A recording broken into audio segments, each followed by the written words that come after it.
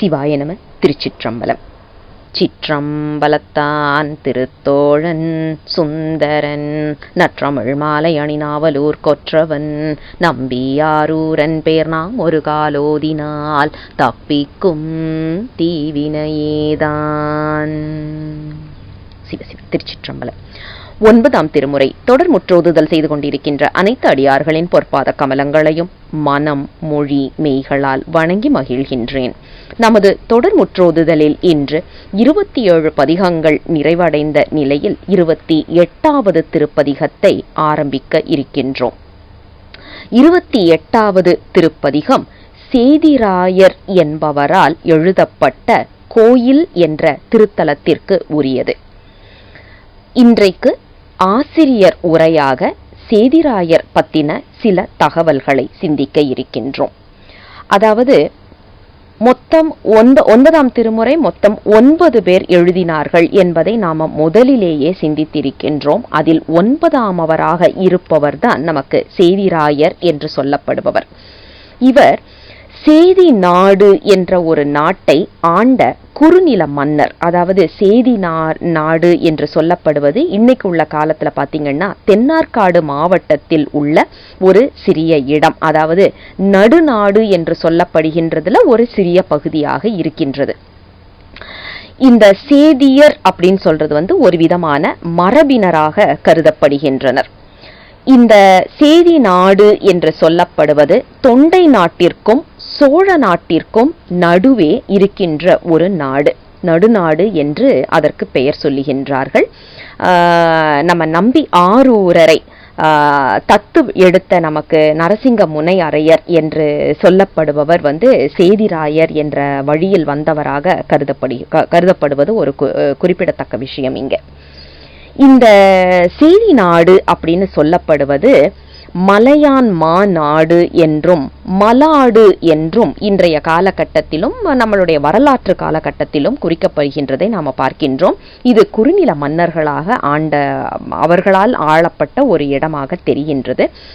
மலையகுலராசன் என்னும் பட்டங்களை இவர்கள் பெற்று இருந்திருக்கின்றார்கள் என்பதும் நமக்கு வரலாற்று மூலமாக தெரிகின்றது.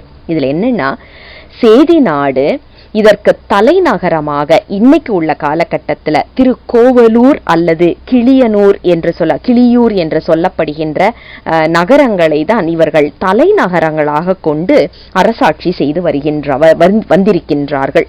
சேக்கிழார் பெருமான் இந்த விஷயத்தை நமக்கு சொல்லி அருள் செய்கின்றார் 12ஆம் திருமுறையில். சேதி நாட்டு நீடு திருக்கோவலூரின் மன்னி என்ற குறிப்பை நாம 12ஆம் திருமுறையில பார்க்க முடிகின்றது. அதாவது மெய்ப்பொருள் நாயனாருடைய வரலாற்றை நாம சிந்திக்கும் போது இந்த குறிப்பை நாம அதுல பார்க்க முடிகின்றது. ஆக சேதி நாடு என்று சொல்லப்படுவது இன்றைய நமக்கு அந்த ஆற்காடு மாவட்டம் அந்த இடத்துல உள்ள நடுநாடு என்று சொல்லப்படுகின்ற இடமாக தெரிகின்றது. நமக்கு இந்த 28வது திருப்பதிகம் மட்டுமே தான் இவர் பாடி அருளி செய்த திரு இசைப்பா பதிகமாக நமக்கு கிடைக்க பெற்றிருக்கின்றது. மேற்கொண்டு இருந்து சிதைந்து விட்டதா என்பது தெரியவில்லை. ஆனால் இது தில்லை என்று சொல்லப்படுகின்ற கோயில் என்ற திருத்தலத்திற்கு உரித்தான ஒரு பதிகமாகத்தான் இதை பாடி அருளி செய்திருக்கின்றார். இவர்கள் தலைமுறையாக சிவன் வழிபாட்டில் இருந்தவர்கள், சைவ வழிபாட்டை தழுவியவர்கள் என்பதற்கு இந்த பதிகம் ஒரு நல்ல எடுத்துக்காட்டு, நல்ல சான்று. நம்பி ஆரூரரின் வழியாக வந்த அந்த தலைமுறை இல்லையா, அதனால அங்க சைவத்திற்கு குறையே இருக்காது என்பதற்கு நமக்கு இது ஒரு சான்று. இவருடைய காலம் அப்படின்னு பார்த்தா 11ஆம் நூற்றாண்டாக இருக்கலாம் அப்படிங்கிற ஒரு குறிப்பு நமக்கு தெரிகின்றது. ஏன் அப்படின்னா, முதற்குலோத்துங்கன் காலத்திற்கு முன்னால் சேதிராயர் அப்படிங்கிற ஒரு பட்டம் இருந்ததாக தெரியவில்லை. மலையமான்கள் அப்படின்னு தான் கல்வெட்டுக்கள் குறிப்பு இருக்கின்றதாம்.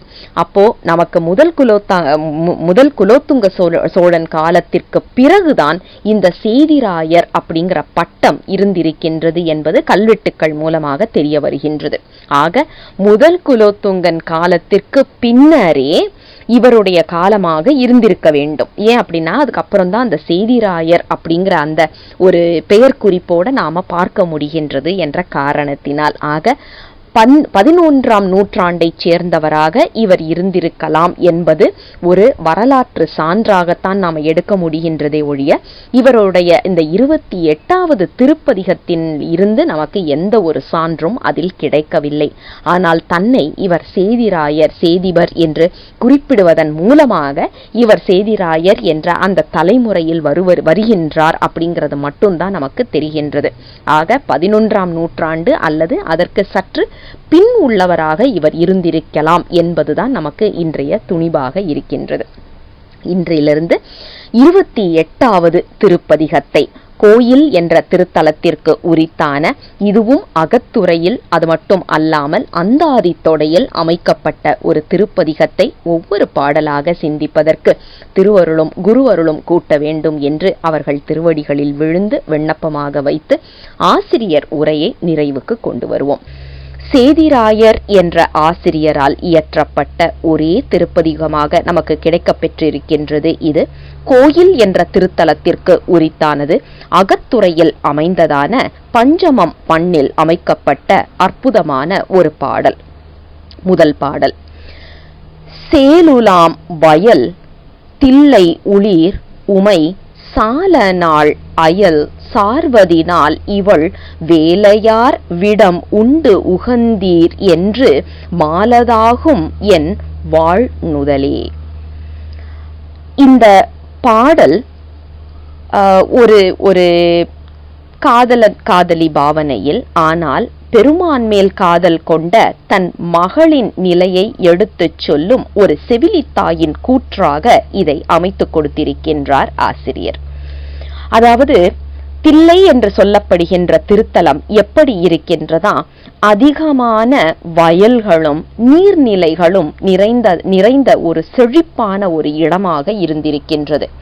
அந்த காலத்துல இயற்கை வளத்தை மிக அழகாக நமக்கு ஒவ்வொரு ஆசிரியரும் எடுத்து சொன்னதை பார்க்கின்றோம். அதாவது நம்ம காழி பிள்ளையாருடைய பதிகங்களையாகட்டும், அல்லது அப்பர் பெருமான் அல்லது நம்பி ஆரூரர் பதிகங்களிலாகட்டும், இயற்கை வருணனை அதிகமாக நாம பார்க்க முடிகின்றது. ஏன் அப்படின்னா, இயற்கையை சிவமாக பார்த்தார்கள், மரத்தை சிவமாக பார்த்தார்கள், நீர்நிலைகளை சிவமாக பார்த்தார்கள். அப்படி பார்த்ததனால என்ன பயன், என்ன லாபம் அப்படின்னு நாம பார்த்தோம்னா, அதை எந்த ஒரு தீங்கும் செய்யாமல் பாதுகாத்து வந்தார்கள். பாதுகாத்து வந்த காரணத்தினால் நாடும் நகரமும் மக்களும் செழிப்போடு இருந்தார்கள். எப்போ நாம இதையெல்லாம் சிவத்தை தனியாகவும் இதையெல்லாம் தனியாகவும் பிரித்து பார்க்க ஆரம்பித்தோமோ, சிவன் இருக்கின்றாரா இல்லையா என்று கேள்வி கேட்க ஆரம்பித்தோமோ, அன்று நாம் செய்ய ஆரம்பித்தது என்ன இயற்கை நாசம். இயற்கை நாசம் செய்ததுனால சிவபெருமானுக்கு நஷ்டமா லாபமானு தெரியாது, ஆனால் நமக்கு மிகப்பெரிய நஷ்டம் என்பதை இன்று நாம் பார்த்து கொண்டிருக்கின்றோம். இன்றைய காலகட்டத்தில் இன்று நாம் படுகின்ற அவஸ்தைக்கு எல்லாம் காரணம் என்ன அப்படின்னா, இயற்கையை நாம் நாசம் பண்ணினதுதான் அதற்கு முக்கியமான காரணம். அதனாலதான் அருளாளர்கள்லாம் அன்னைக்கே இயற்கையையும் சிவத்தையும் பிரித்து பார்க்காதீர்கள், இயற்கையவே சிவமாக பாருங்கள் என்று நமக்கு வலியுறுத்திய காரணம். அதனால்தான் பாத்தீங்கன்னா அருளாளர்கள் எல்லாருமே இயற்கையை நம் கண்முன் கொண்டு நிறுத்தி, இங்க பாருங்க எத்தனை அழகான இடமாக இருக்கின்றது, எத்தனை அழகு நிறைந்த செழிப்பான இடமாக இருக்கின்றது, இங்கே தான் எங்கள் சிவபெருமான் விருப்பத்தோடு கூடியிருக்கின்றார் அப்படிங்கிற குறிப்பை நமக்கு எடுத்து சொன்னார்கள். அந்த குறிப்பை தான் பாருங்க முதல் ஆரம்பிக்கும் போதே வைக்கின்றார் ஆசிரியர். சேல் மீன்கள் என்று சொல்லப்படுகின்ற ஒரு விதமான மீன்கள் வயல்களில் அதிகமாக உலாவுகின்றதாம். அப்போ அந்த வயல்களில் எல்லாம் பாத்தீங்கன்னா நீர்நிலைகள், நீர் அதிகமாக இருந்திருக்கின்றது, செல்வ செழிப்போடு இருந்திருக்கின்றது என்ற குறிப்பை சொல்லி, அப்படிப்பட்ட தில்லையில்தான் எங்கள் பெருமான் இருக்கின்றார். எப்படிப்பட்ட பெருமான் அங்கே இருக்கின்றார் அப்படின்னா, நடனம் ஆடிக்கொண்டு மற்றவர்களை வருபவர்களை எல்லாம் கவர்ந்து கொண்டு நிற்கின்றார். கவர்ந்து கொண்டு என்றால் ஒவ்வொருத்தரையும் ஒவ்வொரு விதமாக மயக்குகின்றார். ஆடுற மாட்டை ஆடி கறக்கணும், பாடுற மாட்டை பாடி கறக்கணும் அப்படின்னு நாம சொல்லுவோம் இல்லையா? அதே மாதிரி ஒவ்வொருத்தருக்கும் ஒவ்வொரு விதமான சொல்லோ அல்லது செயலையோ வைத்து அவரவரை வசியம் செய்வதில் நம்ம பெருமானுக்கு நிகர் நம்ம பெருமானை மட்டும்தான் சொல்ல முடியும். நம்ம நால்வரை வந்து பெருமான் ஆட்கொண்ட விதத்தையே நாம பார்ப்போமே. ஒருத்தருக்கு பாலை கொடுத்தாரு, ஒருத்தருக்கு சூலை கொடுத்தாரு, ஒருத்தருக்கு நூலை கொடுத்தாரு, ஒருத்தருக்கு ஓலை கொடுத்தாரு. இதை நாம பார்க்க முடிகின்றது. 4 பேரும் அற்புதமான திருப்பதிகங்களை நமக்கு அருளி செய்திருக்கின்றார்கள். ஆனா அவங்களை எல்லாம் அவர் வழிக்கு கொண்டு வருவதற்கு நம்ம சிவபெருமான் வேற ஒரு விதமான அந்த டெக்னிக்னு சொல்லுவோம்ல, ஒவ்வொருத்தருக்கும் ஒவ்வொரு டெக்னிக் அவர் வந்து பயன்படுத்தி இருக்கிறாரு. அதே மாதிரி பாத்தீங்கன்னா நம்ம எல்லாம் சாதாரணமா சொல்றது காதருந்த ஊசியும் வாராதுகான் கடை வழிக்கே என்று சொன்ன அந்த ஒரே ஒரு சொற்றொடர் பாத்தீங்கன்னா பட்டினத்தடிகள்னு இன்னைக்கு நமக்கு வாய் நிறைய சொல்றதுக்கான ஒருவரை கொடுத்து அருள் செய்தது. நாம என்னைக்கு எத்தனையோ தடவை கேட்டுட்டு தான் இருக்கிறோம். ஆனா நமக்கு அதுல இருந்து எந்த ஒரு பலனும் வரவில்லை, கிடைக்கவில்லை. அதே மாதிரி ஒவ்வொருத்தருக்கும் ஒவ்வொரு சொற்றொடர், ஒவ்வொருத்தருக்கு ஒவ்வொரு விதமாக அங்க வந்து வா இது நல்லா இருக்கே அப்படிங்கிற மாதிரி ஒரே ஒரு வார்த்தையோ அல்லது ஒரே ஒரு பாடலோ கொடுத்து அப்படியே நம்மளை வசியம் செய்வார் சிவபெருமான். ஆனா அது உங்களுக்கு கொடுத்த வார்த்தை எனக்கு இருக்காது, எனக்கு கொடுத்த வார்த்தை இன்னொருத்தருக்கு இருக்காது. பெருமானுக்கு தெரியும் யாரை எப்படி வசியம் செய்ய வேண்டும் என்று. அப்படி வசியம் செய்யக்கூடியவராக நின்று அங்கே ஆடிக்கொண்டிருக்கின்றாராம். அடுத்தது பாருங்க. உமை சால நாள் அயல் சார்வதினால் இவள் உன்னையே நினைத்து கொண்டு மருகி மருகி நிற்கின்றாள். அதுவும் எப்படி? ஒரு தலைவன் மேல் காதல் கொள்ள வேண்டும் என்றால் ஒரு தலைவிக்கு முக்கியமாக அவள் வந்து பார்க்கின்ற ஒரு விஷயம் அவனது வீரம் அல்லது அவனது கனிவு அல்லது அவனது இந்த ஜீவகாருண்யம்னு இன்னைக்கு நாம சொல்லிட்டு இருக்கிறோம் இல்லையா, அதே மாதிரி உலக உயிர்கள் மேல் அவன் கொண்டிருக்கின்ற அன்பு. இதுல ஏதோ ஒன்று அல்லது எல்லாமாகவும் இருக்கலாம் ஒரு தலைவி தலைவன் மேல் காதல் கொள்வதற்கு. எங்கள் சிவபெருமான் மேல் இவள் ஏன் காதல் கொண்டிருக்கின்றாள் தெரியுமா? இந்த விடம்னு ஒண்ணு வந்துச்சுப்பா கடல்ல இருந்து. அந்த கடல்ல இருந்த விடத்தை எடுத்து உண்டான் எங்கள் சிவபெருமான். அந்த ஒரு வீரதீர செயல், அது வந்து வீரத்தின் வெளிப்பாடு, தைரியத்தின் வெளிப்பாடு. அது மட்டும் இல்ல, கருணையின் வெளிப்பாடு. இந்த கருணை திறத்தினால தான் எங்கள் பெருமான் மேல் இந்த பெண் காதல் கொண்டு, என் மகள் காதல் கொண்டு வேதனைப்பட்டு இருக்கிறா அப்படிங்கிற ஒரு குறிப்பு. இதுல இன்னொரு குறிப்பு நாம பார்க்கணும். இன்னைக்கு எல்லாருமே சர்வசாதாரணமா சொல்றது பார்க்கடலை கடைந்தார்கள் அப்படின்னு. ஆனா நம்ம திருமுறைகள்ல எங்கேயுமே பார்க்கடல் கடைந்த குறிப்பு வரல. பார்க்கடல் என்று சொல்லப்படுவது திருமால் பள்ளி கொண்டிருப்பதுதான் பார்க்கடல். அப்ப இவங்க கடைந்த கடல் எது அப்படின்னா மொத்தம் 7 விதமான கடல் சொல்லும் வழக்கம் இருக்கின்றது இல்லையா. உப்பு கடல் என்று சொல்லப்படுகின்ற இன்று நாம் பார்க்கின்ற அந்த கடலை தான் கடைந்தார்கள். இந்த குறிப்பை தான் நாம வந்து ஞாபகம் வச்சுக்கணும். இதற்கு சான்று எங்க இருக்கு அப்படின்னு பார்த்தா பார்க்கடல் என்ற சான்று இல்லை என்பது வந்து நமக்கு தெளிவாக திருமுறைகளில் இருந்து நமக்கு தெரிகின்றது. ஆக பார்க்கடலை அவர்கள் கடையவில்லை, உப்பு கடலை கடைந்தார்கள். அதில் இருந்து விடம் வந்தது என்பதை நாம் மறந்துவிடக்கூடாது. அடுத்தது பாருங்க. இதுல இன்னொரு குறிப்பு. சோணசைல மாலையில 8வது பாடல். இந்த ஒரு நயம், கற்பனை களஞ்சியம் சிவபிரகாசர் இல்லையா, அவருடைய நயத்துக்கு வந்து நாம பக்கத்திலேயே வர முடியாது அந்த கற்பனைகளுக்கு. அதுல ஒரு இது சொல்லுவாரு, இங்க பாரு, நீ வந்து விஷம் சாப்பிட்ட ஒரு தடவை, ஒத்துக்கிறேன், இல்லைன்னு சொல்லல. எல்லாரும் என்ன தெரியுமா கேட்பாங்க, எப்பா அவன் வந்து ஒரு தடவை விஷம் சாப்பிட்டான், 2வது தடவை இந்த மாதிரி விஷம் வந்துச்சுன்னா சாப்பிடுவான்னு நினைக்கிற அப்படின்னு யாராவது வந்து உன்னுடைய அந்த கருணை திறத்தை வந்து குறையா சொல்லிடக்கூடாது. யாராவது வந்து அந்த மாதிரி கேட்டாங்கன்னா நாங்க என்ன சொல்ல முடியும்? நீ 2வது தடவை அதை செய்து காமிக்கல இல்லையா. அதனால நீ என்ன பண்ணு, எப்ப வந்தாலும் சாப்பிடுவேன்னு எங்களுக்கு ப்ரூவ் பண்றதுக்காக ஒண்ணு பண்ணு, என்ன எடுத்துக்கோ. ஏன்னா அந்த பார்க்கடலை கடைஞ்ச விஷம் எப்படியோ அப்படித்தான் நானும் இருக்கின்றேன். எப்படி ஒரு, அதாவது பெருமான் மேல உள்ள காதல், அது மட்டும் இல்லாம தன்னை வந்து அவர் எப்படியெல்லாம் அந்த தன்னிறக்கம் என்று சொல்லப்படுகின்ற நிலையில் வைத்து, ஆனா அதே நேரத்துல நயம், கற்பனை அனைத்தையும் பிழிந்து சாரமாக கொடுத்ததுதான் சோணசைல மாலை. அதுல பாருங்க, அதுல சொல்றாரு, யாராவது வந்து என்கிட்ட ஏன்பா உன் சிவபெருமான் வந்து ஒரு தடவை விஷம் சாப்பிட்ருக்கானே 2வது தடவை சாப்பிட்ருக்கானான்னு கேட்டா என்னால ஒன்றும் பதில் சொல்ல முடியாது. ஏன்னா நீ 2வது தடவை சாப்பிட்டு ப்ரூவ் பண்ணல, ஏதோ ஒரு தடவை தெரியாம சாப்பிட்டுட்டாருப்பா அப்படின்னு சொல்லிடுவானுங்க. அதுக்காக நீ என்ன பண்ணு, என்ன எடுத்துக்கோ. என்ன எடுத்துக்கிட்டேன்னா என்ன நாங்க சொல்ல முடியும் அப்படின்னா, எங்க சிவபெருமான் எப்பெல்லாம் விஷம் வருதோ அப்பமெல்லாம் சாப்பிட்டு எங்களை காப்பாத்துவாரு, கருணையாளன் அப்படிங்கிறத நாங்க சொல்றதுக்கு எங்களுக்கு ஒரு வாய்ப்பு கிடைக்கும் அப்படின்னு நயமாக மிக அழகாக சொல்லி அருள் செய்வார். அந்த குறிப்பை இந்த பாடல்ல நமக்கு நினைவு கூறுகின்றார் ஆசிரியர். ஆக வேலை விடம் என்று சொல்லப்படும் அந்த அந்த கடலில் இருந்து வந்த அந்த விஷத்தை உண்டு அருள் செய்தார் அந்த சிவபெருமான். அவர் மேல் என் மகள் மையல் கொண்டு மயக்கம் கொண்டு காதல் கொண்டு காத்து கொண்டிருக்கின்றாள். சிவபெருமானே, வந்து விஷத்தை சாப்பிட்டு அருள் செய்தியே, இவளை நீ கொஞ்சம் எடுத்து உன்னுடைய கருணை காரணமாக இவளை எடுத்து அருள் செய்ய கூடாதா என்று ஒரு செவிலித்தாய் பெருமானிடம் முறையிடுவது போல அற்புதமாக அருளி செய்திருக்கின்றார் இன்றைய பாடலை. இந்த பாடலை நாம படிக்கும்போது அந்த விடம் நாம் என்ற எண்ணத்தோடு படிக்கும்போது பெருமான் நம்மளையும் ஏற்றுக்கொள்வார் அப்படிங்கிற ஒரு எண்ணத்தை நமக்கு கொடுக்கக்கூடிய அற்புதமான பாடல். இரண்டாவது பாடல். வானுதல் கொடி மாலதுவாய் மிக நாணம் அற்றனள் நான் அறியேன் இனி சேணுதல் பொலி தில்லை உளிர் உமை காணில் எய்ப்பிலள் காரிகையே.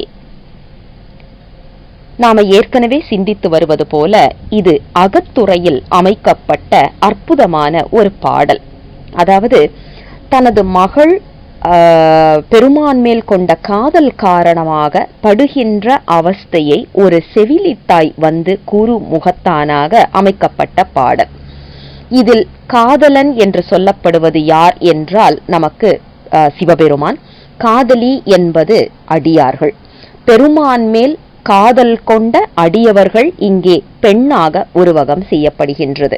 அப்ப இங்க செவிலித்தாய் யார் அப்படின்னு கேட்டா நமக்கு தீக்கை செய்து வைக்கின்ற குருநாதர். ஏன் அப்படின்னா, இந்த அடியார்கள் படுகின்ற அவஸ்தையை என் மாணாக்கர்கள், அதாவது குரு சிஷ்ய மரபு அப்படின்னு சொல்றதும் கிட்டத்தட்ட நாம ஏற்கனவே பார்த்தா மாதிரி சந்தானம் என்ற முறையில தான் வரும். அப்போ வாழையடி வாழையா அவங்களுடைய பரம்பரை என்று சொல்லப்படுவது. அப்படி இருக்க என்கிட்ட தீக்கை எடுத்திருக்கிறாங்க பெருமானே, இவர்கள் உன்மேல் கொண்ட அன்பின் காரணமாக காதல் காரணமாக உருகுகின்றார்கள், அதற்கு உனது கருணை வேண்டும் என்று பெருமானிடம் சென்று ஒரு குருநாதர் முறையிடுவதாக நாம இந்த பாடலை எடுத்துக்கொள்ள வேண்டும். சரி, இப்ப இந்த பாடல் என்ன அப்படின்னு பார்ப்போம். வானுதல் கொடி மாலதுவாய் மிக நாணம் அற்றனள். உன்மேல் காதல் கொண்ட என் மகள், அதாவது இப்ப நாமெல்லாம் வந்து வெளியில ஒரு மாதிரி நடந்துக்குவோம், வீட்டுக்குள்ள ஒரு மாதிரி, நம்ம எல்லார் மனசுலயும் ஒரு சின்ன பிள்ளைத்தனம் இருக்கும். ஏதாவது ஒரு காலகட்டத்துல ஒரு விளையாட்டுத்தனம் இருந்துட்டே இருக்கும். ஆனா அதே இது நம்ம வேலை இடத்துல அதை காமிப்போமா அப்படின்னா காட்ட மாட்டோம். அப்ப இரண்டு முகங்கள் எப்பவுமே இருக்கும். நம்ம வீட்டுல ஒரு முகமும் வெளியில ஒரு முகமும் நம்ம எல்லாருக்குமே இருக்கிற ஒரு விஷயம்தான். சாதாரணமா நாம எல்லாருமே பாக்குற ஒன்றுதான். இதுல வந்து நாம ஒரு விதமா நடந்துக்கிறோம் அப்படின்னா வெளியில வேற விதமாக நடந்துக்கணும். ஆனா என் மகள் என்ன பண்றா, உன்மேல் கொண்ட அன்பின் காரணமாக அந்த நாணம் என்று சொல்லப்படுவதே இல்லாத மாதிரி நடந்துக்கிறா அப்படின்னு ஒரு முறையிடுதல் போல இந்த குறிப்பை சொல்லுகின்றார். அப்ப நாம ஏற்கனவே சிந்தித்தோம், காதல் கொண்ட பெண் என்பது அடியார் அப்படின்னுட்டு. அப்ப அடியார்கள் எப்படி நடந்துக்கிறாங்க அப்படிங்கிறதுக்கு தான் நாம இதுக்கு வந்து 10 இலக்கணங்கள் என்று சொல்லப்படுவது. அடியார் இலக்கணம் வந்து அக இலக்கணம் 10, புற இலக்கணம் 10ன்னு உண்டு. அதுல வந்து இந்த புற இலக்கணம்னு நாம எடுத்து பார்த்தோம்னா எப்படி நடந்துக்குவாங்க அப்படின்னா, பித்து பிடித்தவர் போல் நடந்துக்குவாங்க. இப்ப சராசரியா வழிபாட்டு நெறியில இல்லாதவங்க கிட்ட நாம போய் அந்த மாதிரி நடந்துக்கிட்டோம்னா, இவனுக்கு என்ன லூஸ் ஆயிட்டானா அப்படிங்கிற மாதிரி நம்மள பார்க்க ஆரம்பிப்பாங்க. அந்த அளவுக்கு அடியார்களுடைய நிலை வேற மாதிரி ஒரு நிலையா இருக்கும். எங்க என்ன பண்றாங்கன்னு தெரியாது, பாடுறதும் ஆடுறதும், ஏன்னா அவங்களுடைய நிலைப்பாடு வேற. அப்ப என்ன ஆகும்னா, தன்னிலை அற்ற ஒரு நிலையை தான் இங்கே பித்து பிடிக்கின்ற நிலை என்று சொல்லப்படுவது 8ஆம் திருமுறையில படிச்ச ஞாபகம் இருக்கின்றது. அதாவது எல்லாரும் என்ன பைத்தியம்னு சொன்னா நான் சந்தோஷப்படுவேன். ஏன் அப்படின்னா உன்னோடு நான் நெருங்கி வருகின்றேன் என்று ஒரு இடத்துல மணிவாசக பெருமான் சொல்லுவார். அதே குறிப்பை இங்க வைக்கின்றார் ஆசிரியர். அதாவது என் மகள் நாணம் அற்றனள், நாணம் இல்லாமல் நடந்து கொள்ளுகின்றாள். அதாவது மற்றவங்க எல்லாம் அப்படியே வர்றாங்க, கோயிலுக்கு வர்றாங்க, டீசெண்டா அப்படியே சாமி கும்பிடுறாங்க, லேசா ஒரு திருநீரை எடுத்து ஒரே ஒரு கீற்று, அது வச்சதும் தெரியாது, வைக்காத மாதிரியும் இருக்கும். அதாவது அவ்வளவு டீசெண்டா அவங்க மெயின்டைன் பண்ணிக்கிறாங்களாம். ஆனா யோசிச்சு பாருங்க, அடியார்கள் அப்படி எடுத்தோம்னா 3 விரல்ல சும்மா அப்படி தீட்டும் போது அந்த துகள்கள் நம்மளுடைய முகத்தோட அப்படியே நம்ம மார்போட சேர்ந்து விழும். அந்த மீதம் இருக்கிற திருநீர் நம்ம தோல் மேலையும் நம்ம மார்பகங்கள்லையும் விழும் அளவுக்கு நாம திருநீர் பூசுகின்றோம். அப்ப அவங்கள பார்க்கும்போது என்ன இவன் லூஸ் மாதிரி பூசுறான் அப்படின்னு அவங்க நினைப்பாங்க. நாம அதெல்லாம் பத்தி வெக்கமே படாம பூசிக்கிறோம். இந்த நிலைப்பாடை தான் இங்க நாம கொஞ்சம் உத்து கவனிக்கணும். அதாவது நாணம் அற்றனள் என்று சொல்லப்படுவது அடியார் புற இலக்கணம். அது என்ன அடியார் புற இலக்கணம் அப்படின்னா, சிலப்போ சிவபெருமானை பத்தி பேசும்போது நான் தழுத்தழுத்து நிற்போம், அது ஒரு இலக்கண குறிப்பு. அடுத்தது பாத்தீங்கன்னா அப்படியே மிடரு விம்மி நிற்கும், நெஞ்சு அடைச்சிட்டு வர்ற மாதிரி இருக்கும், உதடு துடிக்கும், பெருமானை பத்தி பேசணும்னு நினைச்ச உடனே துடிக்க ஆரம்பிக்கும், உடல் குலுங்கி அழ வேண்டும், மெய் சிலிர்த்து நிற்கும், வியர்க்கும், காரணமே இல்லாம பெருமான நினைச்ச உடனே ஒரு வியர்வை வரும், சொல் எழாமல் அப்படியே அமைதியா நிக்கிற ஒரு குறிப்பு இருக்கும், கண்ணீர் விட்டுக்கிட்டே நிற்போம், வாய் விட்டு அழுதுட்டு இருப்போம், சிலப்ப இந்த உடல் இருப்பதையே மறந்து போய் அப்படியே உட்கார்ந்துருப்போம், பித்து பிடித்தா மாதிரி, பிரம்மை பிடித்தா மாதிரி. இந்த குறிப்பு எல்லாத்தையும் யோசிச்சு பாருங்க. வெளியிலிருந்து பார்க்கறவங்களுக்கு எப்படி தெரியும்? நாணம் இல்லாத செயலாக தெரியும். அந்த குறிப்பை தான் இங்க சொல்லுகின்றார். அதாவது மற்றவங்களுக்கெல்லாம் பார்க்கும்போது என் பெண் நாணம் அற்றவள் போல் நடந்து கொள்ளுகின்றாள்.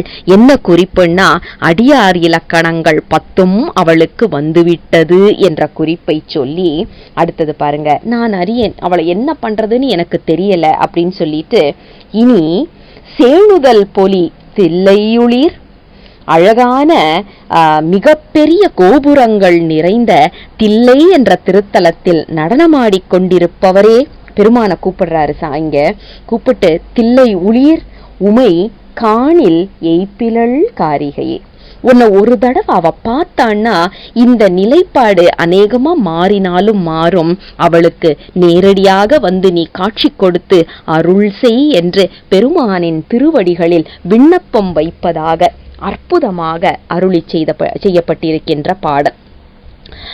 பெருமான் மேல் அன்பு கொண்ட அனைத்து அடியார் உள்ளங்களும் இருக்க வேண்டிய நிலைப்பாட்டை சொல்லி, நாம தீக்கை எடுத்த பிறகு நமது குருநாதர் நமக்காக எப்படியெல்லாம் பெருமானிடம் சென்று அங்கே நமக்காக இறைஞ்சி நிற்கின்றார் அப்படிங்கிற குறிப்பையும் மிக அழகாக சொல்லி அருள் செய்த பாடல் இன்று நமது சிந்தனைக்கு.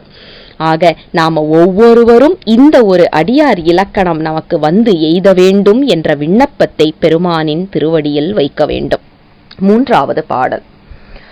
காரிகைக்கு அருளீர் கருமால் கரி ஈருரித்து எழு போர்வையினீர் மிகு சீரிய தில்லையாய் சிவனே என்று வேரினல் குடலாள் இவள் விம்முமே. இந்த பாடல், இன்றைய பாடல், பெருமான் யானை உரித்த அந்த அட்டவீரட்ட செயல்களில் ஒன்றான யானை உரித்த செயலை அழகாக நமக்கு கண்முன் கொண்டு நிறுத்துகின்றார் ஆசிரியர். அதாவது காரிகைக்கு அருளீர் என்று ஆரம்பிக்கின்றார். காரிகைக்கு அருளீர் என்று சொல்லியாச்சுன்னா என் பெண்ணுக்கு இறங்க வேண்டும் என்று பெருமானிடம் விண்ணப்பித்து ஆரம்பிக்கின்ற ஒரு பாடல்.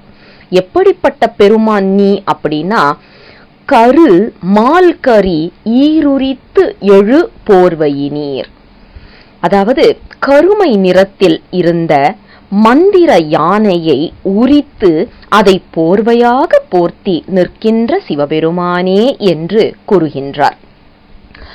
அது என்ன கருமையான மால்கரி என்ற ஒரு குறிப்பு நமக்கு யோசிக்கணும். அதாவது தாருகாவன முனிவர்கள் என்ன செய்யறாங்க? அவிசார வேள்வி நடத்துகின்றார்கள். பெருமானை நோக்கி பெருமானுக்கு எதிராக அவிசார வேள்வி நடத்துகின்றார்கள். எதற்காக அப்படின்னா பெருமானை அழிப்பதற்காக. அங்கே மந்திரமாக ஒரு யானையை உருவாக்குகின்றார்கள். அந்த யானையை பெருமானை நோக்கி ஏவி விடுகின்றார்கள். நம்ம பெருமான் என்ன பண்றாரு? அந்த மால் யானையை, அதாவது பொய்யான அந்த மந்திர வடிவத்தில் இருக்கின்ற மயக்கம் தருகின்ற அந்த யானையை அழகாக தோலை உரித்து தனக்கு ஆடையாக போர்த்தி கொள்ளுகின்றாராம். இந்த குறிப்பை நமக்கு அழகாக எடுத்து சொல்லுகின்றார் ஆசிரியர். முதல் குறிப்பு நாம புரிஞ்சுக்க வேண்டியது, யானையின் தோலை அவ்வளவு எளிதாக உரிக்க முடியாது. எளிதுன்னு கிடையாது, உரிக்கவே முடியாது. ரெண்டாவது, அப்படியே அதை உரித்தாலும் ஒரு நம்மள மாதிரி தோல் உடைய மக்களால அதை போர்த்தி கொள்ளவும் முடியாது. உதாரணத்துக்கு நம்மளை சுத்தியே இன்னைக்கு பார்ப்போமே, தோல் சம்பந்தப்பட்ட எத்தனையோ பொருட்களை நாம பார்க்கிறோம். பை பார்க்குறோம், தோல் பை பார்க்குறோம், பெல்ட் பார்க்குறோம், ஷூ பார்க்குறோம், வாலெட்டு, அதே மாதிரி பர்ஸு, என்னென்னமோ நாம் பார்க்குறோம் தோல் சம்பந்தப்பட்டது. இதெல்லாம் எந்தெந்த தோல்ல செய்திருக்கிறாங்க அப்படின்னா, பாம்பு தோல், முதலையோடைய தோல், ஆட்டுத்தோல், மாட்டுத்தோல், ஏன் மனிதனுடைய தோலை வைத்து கூட செய்திருக்கின்றார்கள். ஆனா எங்கேயுமே யானையின் தோலை வைத்து இப்படிப்பட்ட பொருட்கள் தயாரித்ததாக சரித்திரமே இல்லை.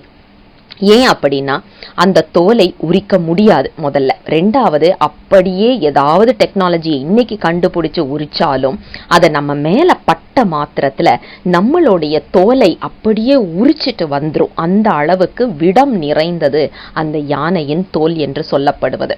அதனாலதான் யானை ரொம்ப கவனமா அவங்க பராமரிப்பாங்க. அது இறந்ததுக்கு அப்புறம் அதை ரொம்ப ரொம்ப கவனமா அந்த உடம்ப அவங்க சுத்தம் செய்வாங்க. இல்லை அப்படின்னாக்க அது மீண்டும் அங்க இருக்கிற மனிதர்களுக்கு அதிகமான ஆபத்தை விளைவிக்க கூடும் என்பதற்காக. இப்படிப்பட்ட யானையைத்தான் எங்கள் சிவபெருமான் உரிக்கின்றார். ஏன் உரிக்கின்றார் அப்படிங்கிறது நாம ஏற்கனவே பார்த்துட்டோம். தாருகாவன முனிவர்கள் ஏவிவிட அதை வேற வழி இல்லாம இவர் என்ன பண்றாரு? அதை அடக்க வேண்டும் என்பதற்காக உரிக்கின்றார். உரித்து போர்த்தி கொள்ளுகின்றார். இது நடந்த இடம் எது என்றால் திருவழுவூர் என்று சொல்லப்படுகின்ற இடம். இன்னைக்கும் அந்த அட்டவீரட்ட தலங்கள் என்று சொல்லி திருவழுவூருக்கு நாம சென்று பார்க்க போனா அங்க பெருமான் இந்த யானை உரி போர்த்தி நிற்கின்ற அந்த அழகிய திறத்தை வடிவமைத்திருக்கின்றார்கள்.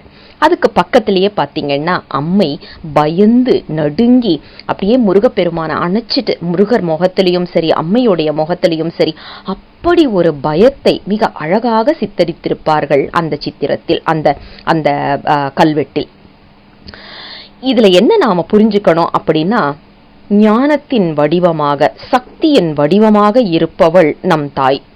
அவளுக்கு பயம் வருமா அப்படிங்கிற ஒரு கேள்வி வரணும். அடுத்தது முருகப்பெருமான் எப்படிப்பட்ட வீரன், அவனுக்கு பயம் வருமா அப்படிங்கிற ஒரு கேள்வி நமக்கு வந்ததுன்னா இதோடைய இந்த நிகழ்வோடைய கொஞ்சம் ஆழத்திற்கு நாம் சென்று பார்க்க முடியும். இந்த யானை உரி போர்த்தது என்பதை நம்ம எல்லா திருமுறைகள்லையும் பார்க்கிறோம். கிட்டத்தட்ட 12 திருமுறைகள்லையும் நாம இதை பார்த்திருக்கின்றோம். ஆனா இதுக்கு பின்னாடி இருக்கிற அர்த்தம் என்ன என்பதை பார்த்தோம் என்றால் மிக அழகான ஒரு பொருள். இந்த யானை போல மிகவும் சக்தி வாய்ந்ததாக, மிகவும் பெரியதாக, கருமை நிறத்தில் இருப்பது எது என்றால் நம் ஆணவம். நம்ம ஆணவம் என்று சொல்லப்படுவது நமது அறியாமை, யான் எனது என்ற செருக்கு. இத யாராவது ஒருத்தர் அதை கிழிக்கும் போது நம்மளால ஏத்துக்க முடியுமா? இன்னைக்கு யோசிச்சு பார்ப்போமே. யாராவது நாம இன்னைக்கு ஒண்ணு பேசுறோம், அதை தவறுன்னு சொல்லியாச்சுன்னா நாம ஏத்துக்கிற நிலையிலயா இருக்கிறோம்? கொஞ்சம் யோசிச்சு பார்ப்போம். என்னையா நீ கேள்வி கேட்டுட்ட அப்படின்னு சொல்லிட்டு திருப்பி எவ்வளவு பிரச்சனை நாம பண்ணிக்கிட்டு இருக்கிறோம். இது என்ன குறிப்புன்னா, இந்த யானையின் உரி போல அந்த ஆணவம் அத்தனை அதிகமாக இருக்கின்றது என்று பொருள். இதை உரிக்கும் போது, அந்த ஆணவத்தை நம்மிடம் இருந்து உரிக்கும் போது நம்மளுடைய ஞானம் என்று சொல்லப்படுவது அங்கே அடி வாங்குகின்றது. அந்த பயத்தை தான் அம்மையின் முகத்தில் சித்தரித்திருக்கின்றார்கள் அந்த ஓவிய கலையில். யோசிச்சு பாருங்க, நம்மளுக்கும் அதே நிலைமை தான். இன்னைக்கு யாராவது நாம பேசுற கருத்து தவறுன்னு சொல்லியாச்சுன்னா நாம அதை ஏத்துக்கிற நிலைமையில இல்லை. ஏன்னா நம்மளுடைய ஆணவம் அப்படி இருக்கின்றது. அதுவும் சாதாரணமா ஒருத்தர்கிட்ட போய் பேசிடலாம்.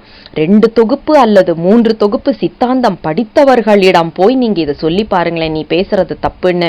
ஐயோ, அங்க தெரியும் ஆணவம் எங்கே அதிகமாக இருக்கின்றது என்று. நீ சித்தாந்தமே படிச்சது கிடையாது, நீ என்கிட்ட இவ்வளவு பேசுறியா அப்படின்னு ஆரம்பிப்பாங்க பாருங்க.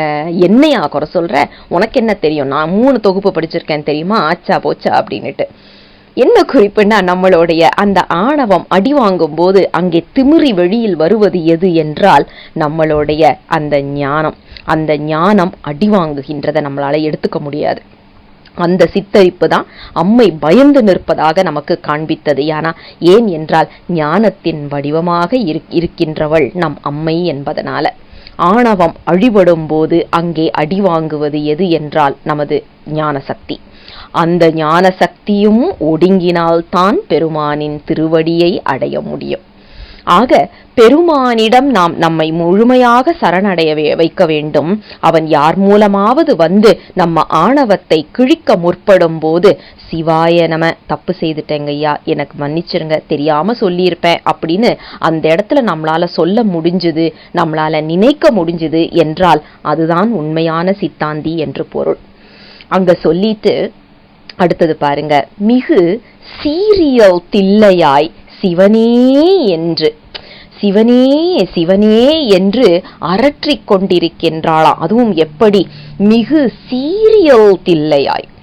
தில்லை என்ற திருத்தலத்தில் இருக்கின்ற பெருமானே எல்லா சிறப்புகளும் இருக்கின்ற திருத்தலமாக இருக்கின்ற தில்லையில் இருக்கும் சிவனே என்று என் பெண், அதுவும் எப்படிப்பட்ட பெண் தெரியுமா, அழகான நீண்ட கூந்தலை உடைய என் பெண் அப்படியே தழுதழுத்து குழறி பேசிக்கொண்டிருக்கின்றாள். இவள் விம்முமே என்கின்றார். விம்மி விம்மி பேசுறாளாம். பேசுறது கூட சரியா புரியாத அளவுக்கு அந்த கழிவிறக்கம் காரணமாக, பெருமான் மேல் கொண்ட அன்பின் காரணமாக, இன்னும் என்னை பெருமான் ஏற்று அருள் செய்ய மாட்டேங்கிறானே என்ற அந்த தவிதவிப்பின் காரணமாக விம்மி விம்மி பேசிக்கொண்டிருக்கின்றாள். சிவனே சிவனே என்று அரற்றிக் கொண்டிருக்கின்றாள் என்ற குறிப்பை சொல்லி, பெருமானே, இப்படிப்பட்ட யானையின் உரியை போர்த்தவனாகிய நீ என் பெண்ணுக்கு இறங்க வேண்டும் என்று அற்புதமாக பெருமானின் திருவடியில் விண்ணப்பமாக ஒரு செவிலித்தாயின் கூற்றாக அமைக்கப்பட்ட பாடல்தான் இன்று நமது சிந்தனைக்கு. 4வது பாடல். விம்மி விம்மியே வெய்துயிர்த்தாள் என உம்மையே நினைந்தேத்தும் ஒன்றாகிலள், செம்மலோர் பயில் தில்லையுளிர் எங்கள் அம்மல் ஓதி அயர் உருமி. இன்றைய பாடல் நாம ஏற்கனவே சிந்தித்து வருவது போல அக இலக்கணத்தில் அமைக்கப்பட்ட மேலும் ஒரு அற்புதமான பாடல். பெருமான் மேல் காதல் கொண்ட இந்த பெண் எப்படி அவதிப்படுகின்றாள் அப்படிங்கிற குறிப்பை நமக்கு சொல்லி அருள் செய்கின்ற ஆசிரியர், நாம ஏற்கனவே சிந்தித்தது போல சேதிராயர் என்று சொல்லப்படுவது நடுநாட்டை சேர்ந்த குறுநில மன்னர்களில் ஒருவர் அப்படிங்கிறத பார்த்தோம். நம்பி ஆரூரரின் வழியில் வந்தவர். நம்பி ஆரூரரை மகன்மை கொண்ட நரசிங்க முனையரையரின் அந்த சந்ததியாக இருக்கலாம் அப்படிங்கிற ஒரு குறிப்பையும் நாம ஏற்கனவே சிந்தித்தோம். இவருடைய பாடல்கள்ல ஒவ்வொரு இடத்திலையும் நம்பியோடைய சொற்றொடர்களை எடுத்து ஆழ்வதை நாம அழகாக பார்க்க முடிகின்றது. இந்த பாடல் அதற்கு ஒரு மிக நல்ல எடுத்துக்காட்டு. அதாவது நினைந்தேத்தும் அப்படிங்கிற ஒரு சொற்றொடர் இந்த பதிகத்துல, இந்த பாடல்ல கொடுக்கிறாரு ஆசிரியர். இந்த நினைந்தேத்தும் அப்படிங்கிற அந்த சொற்றொடர் பார்த்தீங்கன்னா 7ஆம் திருமுறையில மொத்தம் 5 இடங்களில் வருகின்றது.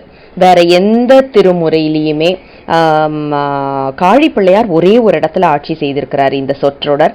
அதை தவிர நம்ம நம்பி ஆரூரர் 5 இடங்களில் இந்த நினைந்து ஏத்தும் அப்படிங்கிற சொற்றொடரை பயன்படுத்தி இருக்கிறாரு. அந்த வழியில வர்றோம் அப்படிங்கிறத காமிக்கிறதுக்காக சேதிராயரும் இந்த 4வது பாடல்ல அழகாக அதை எடுத்து கையாண்டிருக்கின்றார், நினைந்தேத்தும் என்ற சொற்றொடர். சரி, இப்போ இது ஒரு பெருமான் மேல் காதல் கொண்ட அடியாரின் ஒரு நிலை என்பதை நாம ஏற்கனவே சிந்தித்தோம். பெண் என்று சொல்லப்படுவது சிவனடியார் என்பதை நாம பார்த்தோம்.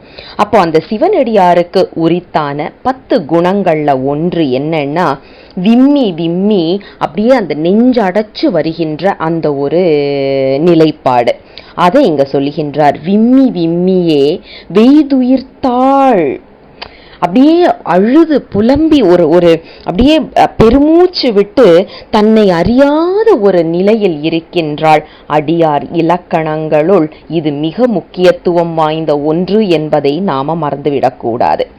அதோடு பெருமானையே நினைந்து, அதாவது உம்மையே நினைந்து ஏத்தும் ஒன்றாகிலள்.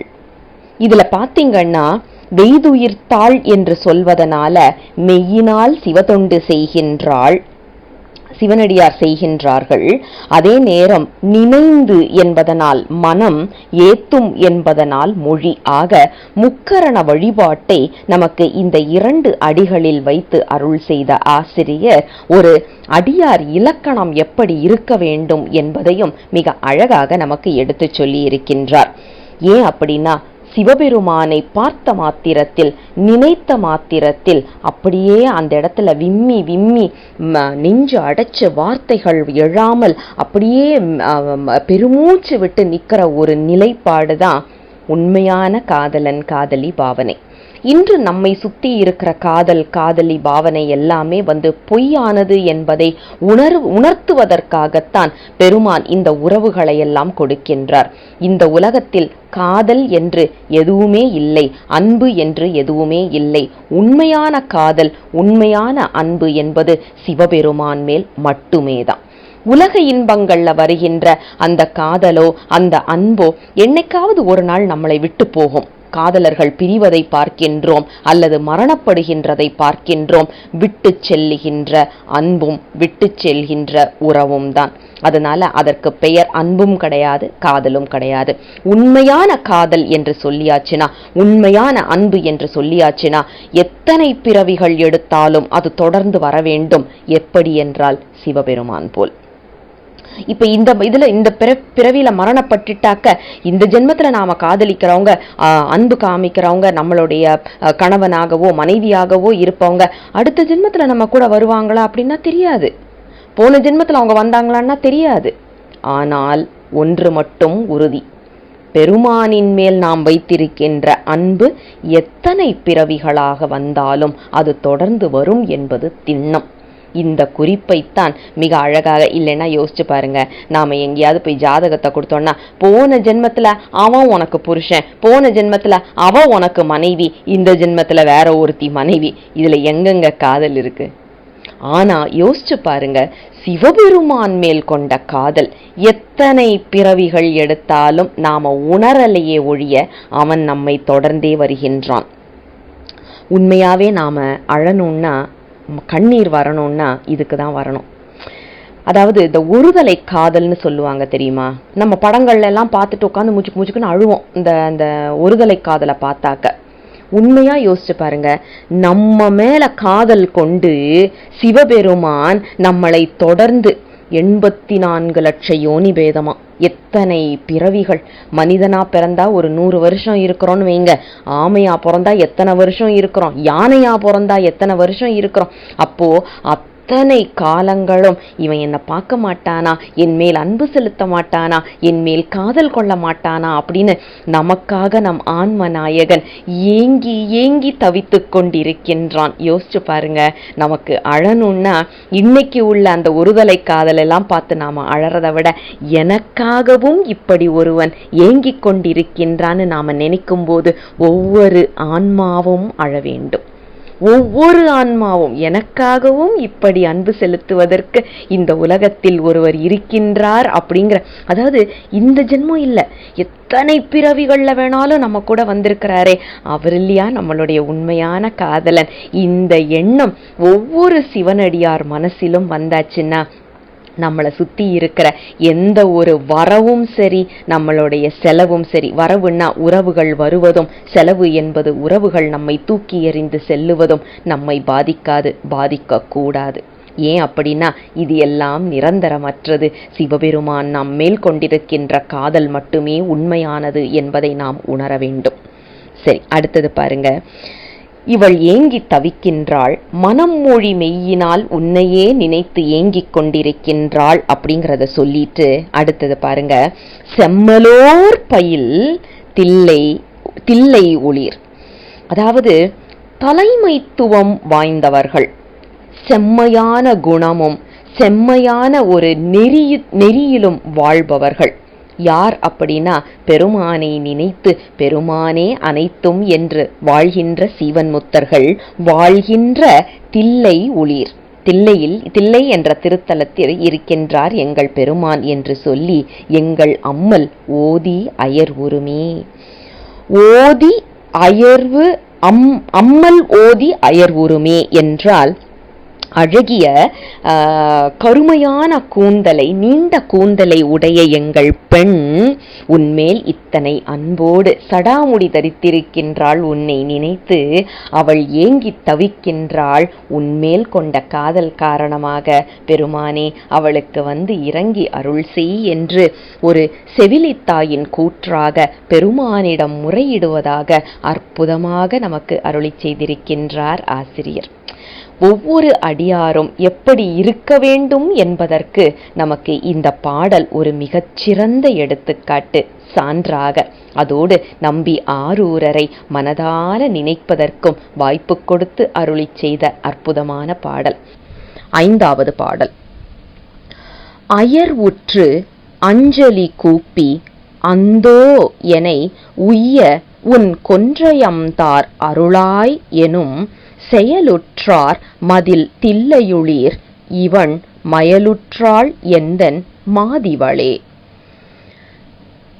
இன்றைய பாடல் நாம ஏற்கனவே சிந்தித்து வருவது போல அகத்துறையில் அமைந்தது. அதாவது காதலன் காதலி பாவனையில் அமைக்கப்பட்ட ஒரு அற்புதமான பாடல். காதல் கொண்ட தலைவிக்கு அவனுடைய இசைவு, அதாவது காதலன் வந்து அந்த அன்பை ஏற்றுக்கொண்டதற்கு இசைவாக கழுத்தில் இருக்கின்ற மாலையை கொடுப்பார்கள். இதுதான் வந்து நம்மளுடைய மாதவி கோவலன் அந்த நாடகத்திலையும் நம்மளுக்கு வந்து வர ஒரு செயல்பாடு இது. அதாவது அந்த கழுத்தில் இருக்கும் மாலை அப்படிங்கிறத கொடுக்கும்போது அன்பை ஏற்றுக்கொண்டார்கள் அப்படிங்கிற, அதாவது இன்னைக்கு உள்ள காலத்துல ப்ரப்போசல்னு சொல்றோம் இல்லையா, அந்த ப்ரப்போசலுக்கு வந்து கழுத்துல இருக்கிற மாலையை கழட்டி கொடுத்துருக்குறாங்க. அதே மாதிரி இங்கே இந்த தலைவி பெருமானிடம் இருந்து அவன் அணிந்திருக்கின்ற கொன்றை மாலையை கேட்கின்றாள். எனக்கு இதையாவது கொடு என்று கேட்கின்றாள். ஏன் அப்படின்னா, நீ இந்த மாலையை கொடுத்தால்தான் என்னால் இனிமேல் உயிர் வாழ முடியும், இல்லை என்றால் என்னால் வாழ முடியாது. ஏன் என்றால் உன் நினைப்பிலேயே இருந்து மருகிக் கொண்டிருக்கின்றேன் அப்படிங்கிற குறிப்பை மிக அழகாக எடுத்துச் சொல்லுகின்றாள்.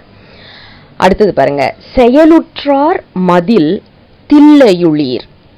அழகிய வேலைப்பாடுகள் நிறைந்த மதில்கள் நிறைந்து இருக்கின்ற தில்லை என்ற சிற்றம்பலத்தில் இருக்கின்ற பெருமானே, இந்த பெண்ணுக்கு அருள் செய்து உங்கள் கழுத்தில் இருக்கின்ற அந்த கொன்றை மாலையை கொடுத்து அருள் செய்ய வேண்டும் என்று இந்த செவிலித்தாயின் கூற்றாக அற்புதமாக அமைந்திருக்கின்ற பாடல்.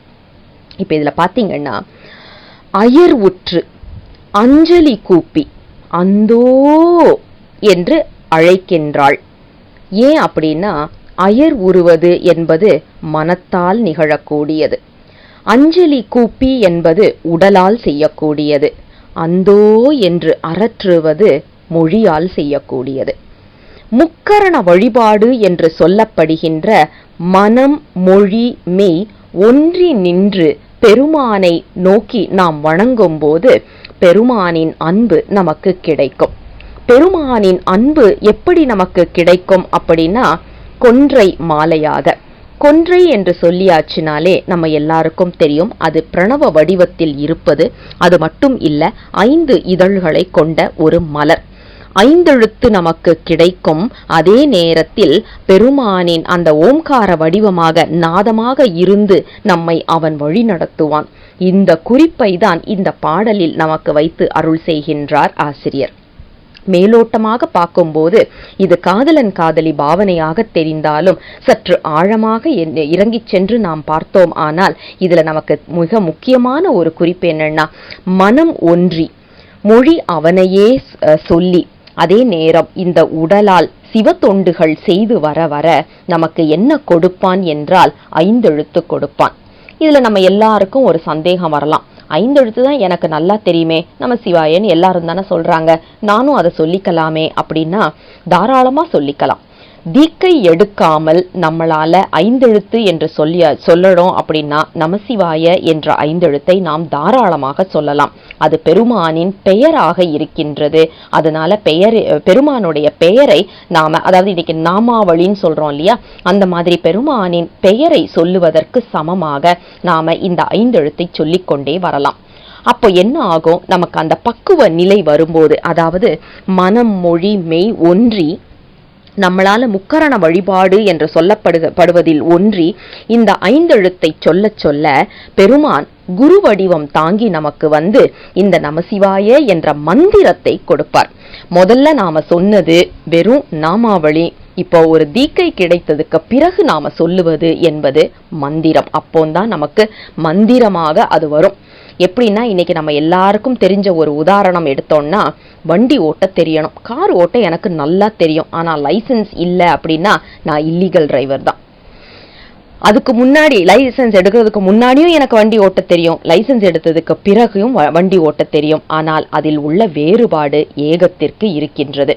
அந்த குறிப்பை தான் இங்க வந்து தீக்கை என்பது நமக்கு முக்கியம் என்பதை அருளாளர்கள் எப்போதுமே சொன்ன காரணம். அதுக்கப்புறம் நாம இதை சொல்லி சொல்லி இந்த 5 எழுத்து சொல்லி வரும்போது அதுக்கு அடுத்த நிலையான 5 எழுத்து மந்திரத்தை நமக்கு ஆசிரியர் கொடுப்பார். அதாவது குருநாதர், பெருமானே குருநாதராக வந்து 5 எழுத்து மந்திரத்தை கொடுப்பார்கள். நம்ம பக்குவ நிலைக்கு ஏற்ப இந்த 5 எழுத்து என்று சொல்லப்படுவது இறுதியாக சொல்லப்படுகின்ற ஓரெழுத்து மந்திரமாக கூட இருக்கலாம். ஆனால் அதையும் 5 எழுத்து என்றுதான் சொல்லும் வழக்கம் உண்டு. ஆக நம்மளுடைய தகுதிப்பாட்டுக்கு ஏற்ப இந்த 5 எழுத்தை நமக்கு பெருமான் கொடுப்பார். சிலருக்கு வந்து ஓம் நம சிவாயன்னு சொல்லுவாங்க, சிலருக்கு நம சிவாய இருக்கும், சிலருக்கு ஓம் சிவாய நம இருக்கும், சிலருக்கு வெறும்ன சிவாய நம இருக்கும். அவர்கள் பக்குவ நிலைக்கு ஏற்ப அந்த மந்திரங்கள் அமையும் என்பதைத்தான் நாம் உணர்ந்து கொள்ள வேண்டும்.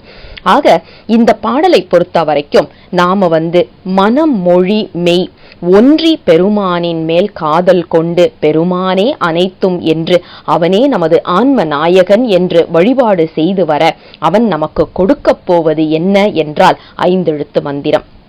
தீக்கை செய்து கொடுத்து நமக்கு அடுத்த நிலைப்பாட்டுக்கு அவன் எடுத்து செல்லுவான். அந்த குறிப்பை தான் இந்த பாடல்ல பாருங்க. என்னுடைய மகளுக்கு நீ அருள் செய்ய வேண்டும் என்று கேட்கின்றார். 5 எழுத்து கொடுப்பதனால், அதாவது தீக்கை என்று வாங்குவதுதான் ஒரு உயிருக்கு உய்தி என்று சொல்லப்படுவது.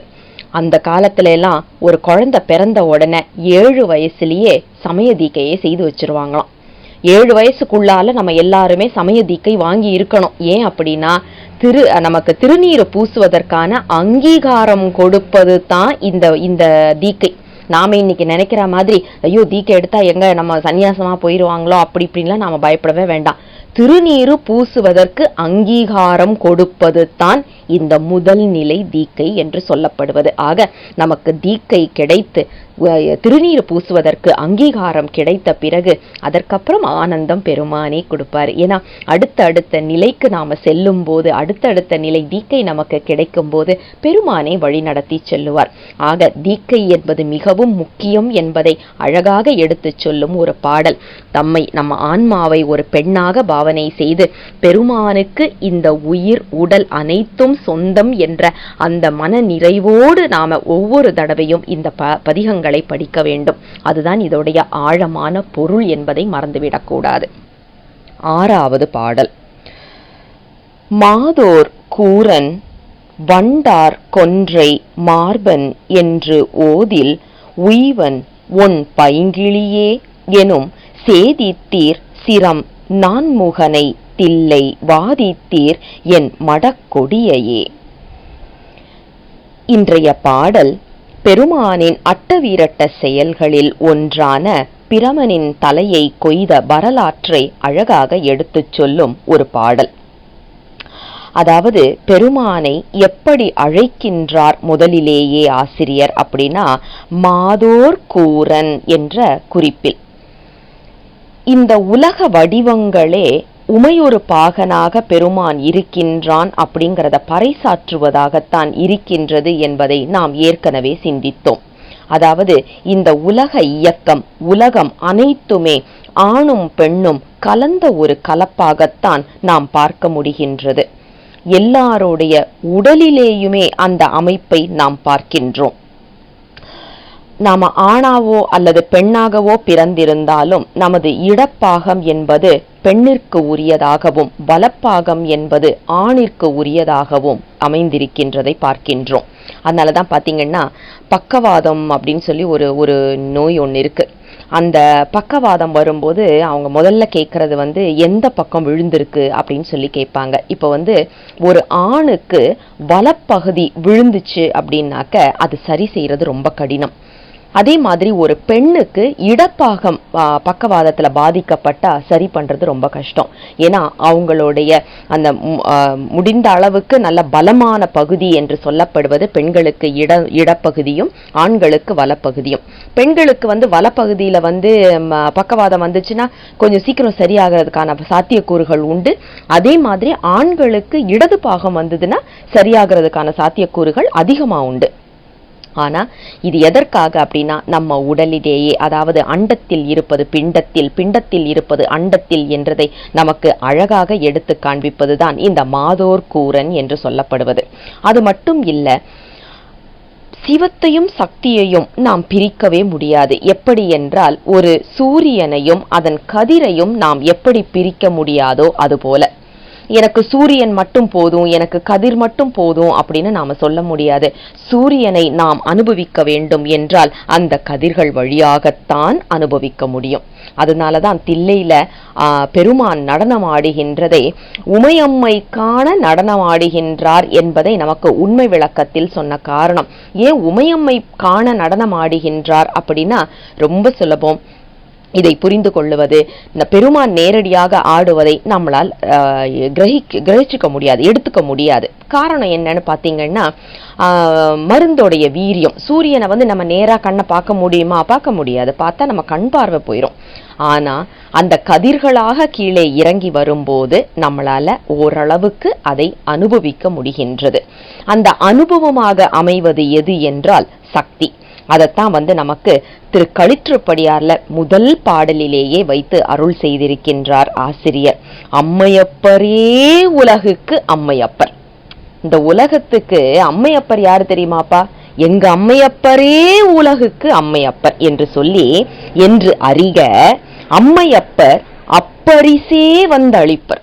இந்த உலக இயக்கத்திற்கும் உலக உருவாக்கத்திற்கும் அனைத்துக்குமே அம்மையப்பரே காரணம் என்பதை களிற்றுப்படியார்ல மிக அழகாக எடுத்து வைப்பார் ஆசிரியர். அதனாலதான் பாத்தீங்கன்னா அனைத்து அருளாளர்களும் இந்த உமையொரு பாகன் என்பதை மிகவும் வலியுறுத்தி சொன்ன காரணம். உமையொரு பாகனாக இன்னைக்கு நாம் அர்த்தநாரீஸ்வரர் அப்படின்னு சொல்றோம் இல்லையா, அந்த உமையொரு பாகராக பெருமான் இருக்கின்றார் என்பதை நாம் பிரித்து பார்க்க கூடாது என்ற அந்த காரணத்தை வலியுறுத்துவதற்காகத்தான். சரி, அடுத்தது பாருங்க. வண்டார் கொன்றை மார்பன் என்று ஓதில் உய்வன். பெருமான் எப்படிப்பட்டவனா? உமையொரு பாகனாக இருக்கின்றான். தனது மார்பகங்களில் கொன்றை மாலையை அணிந்திருக்கின்றான் என்று இந்த பெண் சொல்லிக்கொண்டே இருக்கின்றாளாம். ஓதில் உய்வன் உன் பைங்கிளியே. அதாவது கிளி போல இருக்கிறாப்பா என் பொண்ணு அப்படிங்கிறாரு. ஒண்ணு என்னன்னா கிளி போல அழகாக இருக்கின்றாள் என்று ஒரு குறிப்பு. அடுத்தது கிளி போல சொல்றதையே சொல்லிக்கிட்டு இருக்கிறாங்கப்பா அப்படிங்கிற மாதிரி. ஏன்னா கிளிக்கு ஒரு தடவை ஒரு வார்த்தையை சொல்லியாச்சுன்னா அது எப்பவுமே அதையே சொல்லிட்டு இருக்கும். இப்போ அண்மை காலத்துல ஒரு ஆராய்ச்சி ஒண்ணு செய்திருக்கிறாங்க. மனித குலம் என்பது முற்றிலும் அழிந்த பிறகு நம்மளுடைய பூமிக்கு என்ன ஆகும் அப்படிங்கிறத ஒரு ஆராய்ச்சியா ஒரு இது செய்தாங்க. அதுல பாத்தீங்கன்னா மனித பிறவி முற்றிலும் அழிந்த பிறகு நம்ம மொழி அதுக்கப்புறம் ஒரு 50 வருடங்கள் வாழுமா. நம்ம இன்னைக்கு பேசுற மொழியெல்லாம் மனிதனே இல்லைன்னாலும், மனிதன் இல்லைன்னா எப்படிங்க மொழி வாழும் அப்படின்னு சொல்லியாச்சுன்னா கிளிகள் மூலமாக என்று சொல்லுகின்றார்கள். ஏன்னா கிளி இன்று பேசுகின்றது இல்லையா, அந்த கிளிக்கு நாம சொல்லிக் கொடுக்கிற வார்த்தைகள் அதோடைய காலம் மீண்டும் ஒரு 50 வருடம்.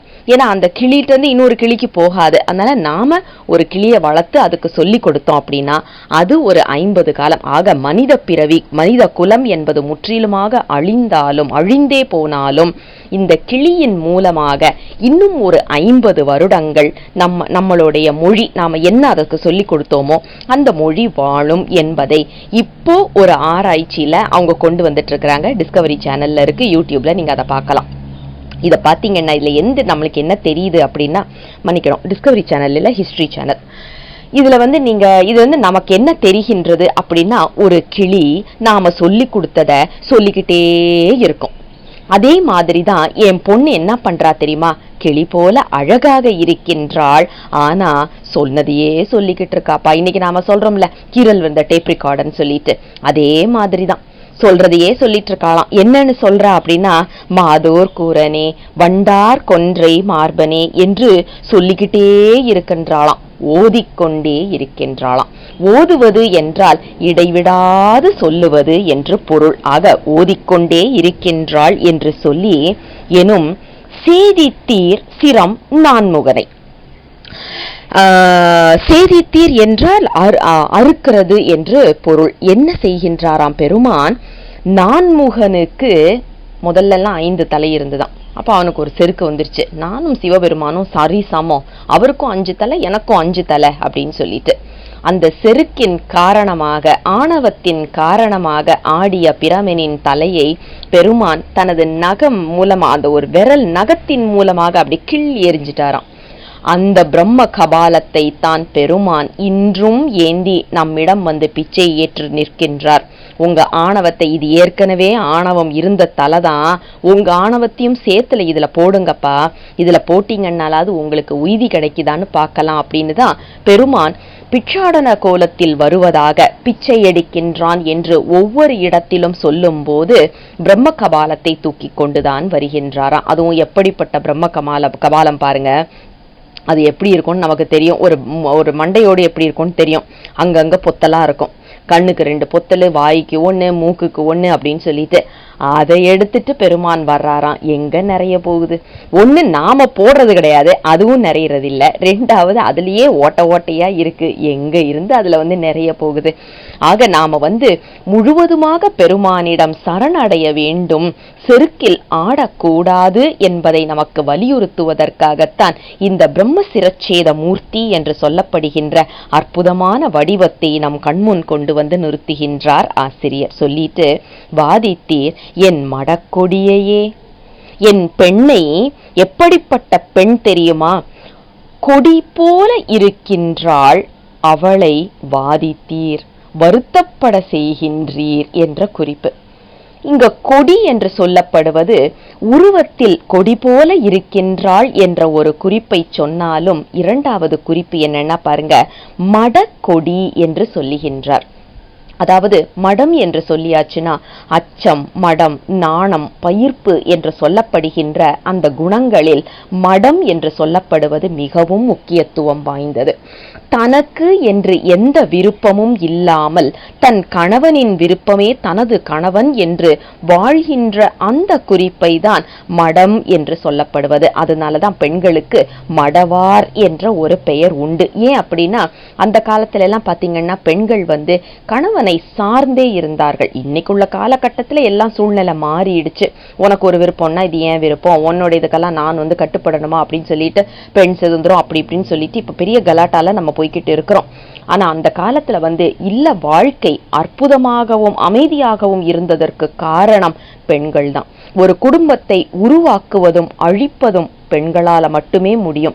ஒரு குடும்பத்துல நிம்மதி இல்லை அப்படின்னா அதற்கும் அந்த பெண் தான் காரணம். அமைதியான பூங்காவனமாக இருக்கின்றது என்றால் அதற்கும் அந்த வீட்டில் இருக்கின்ற பெண் தான் காரணம்.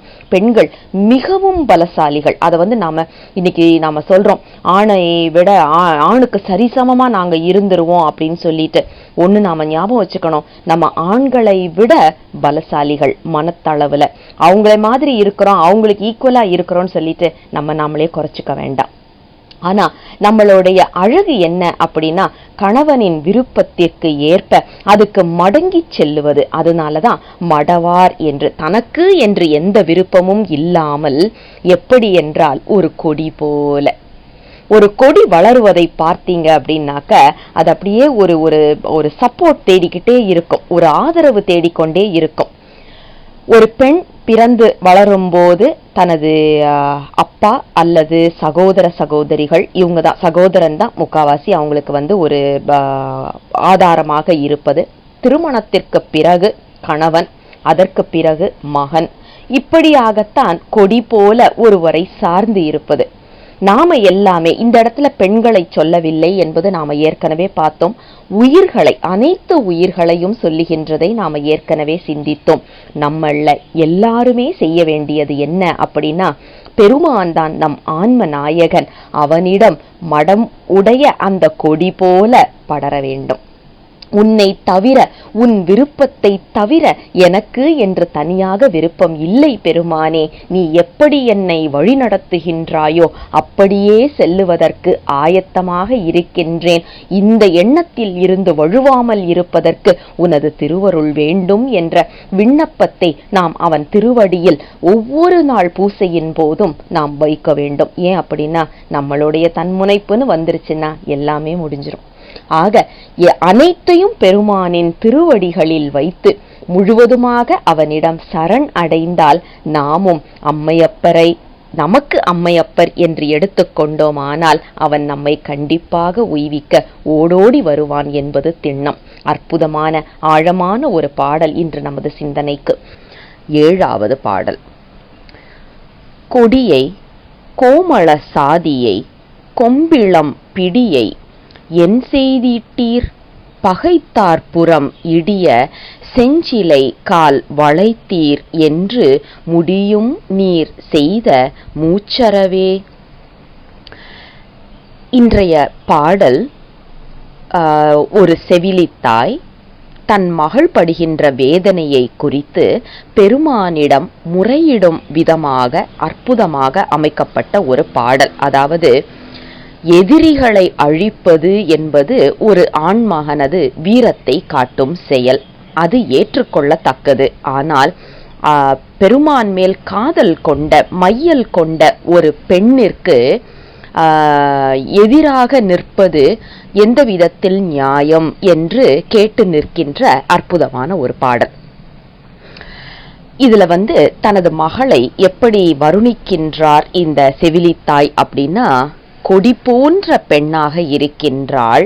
அது மட்டும் இல்ல, செண்பகப்பூ போல, கோமள சாதியை என்று சொல்லுகின்றார். செண்பகப்பூ போல இருக்கின்றாள்.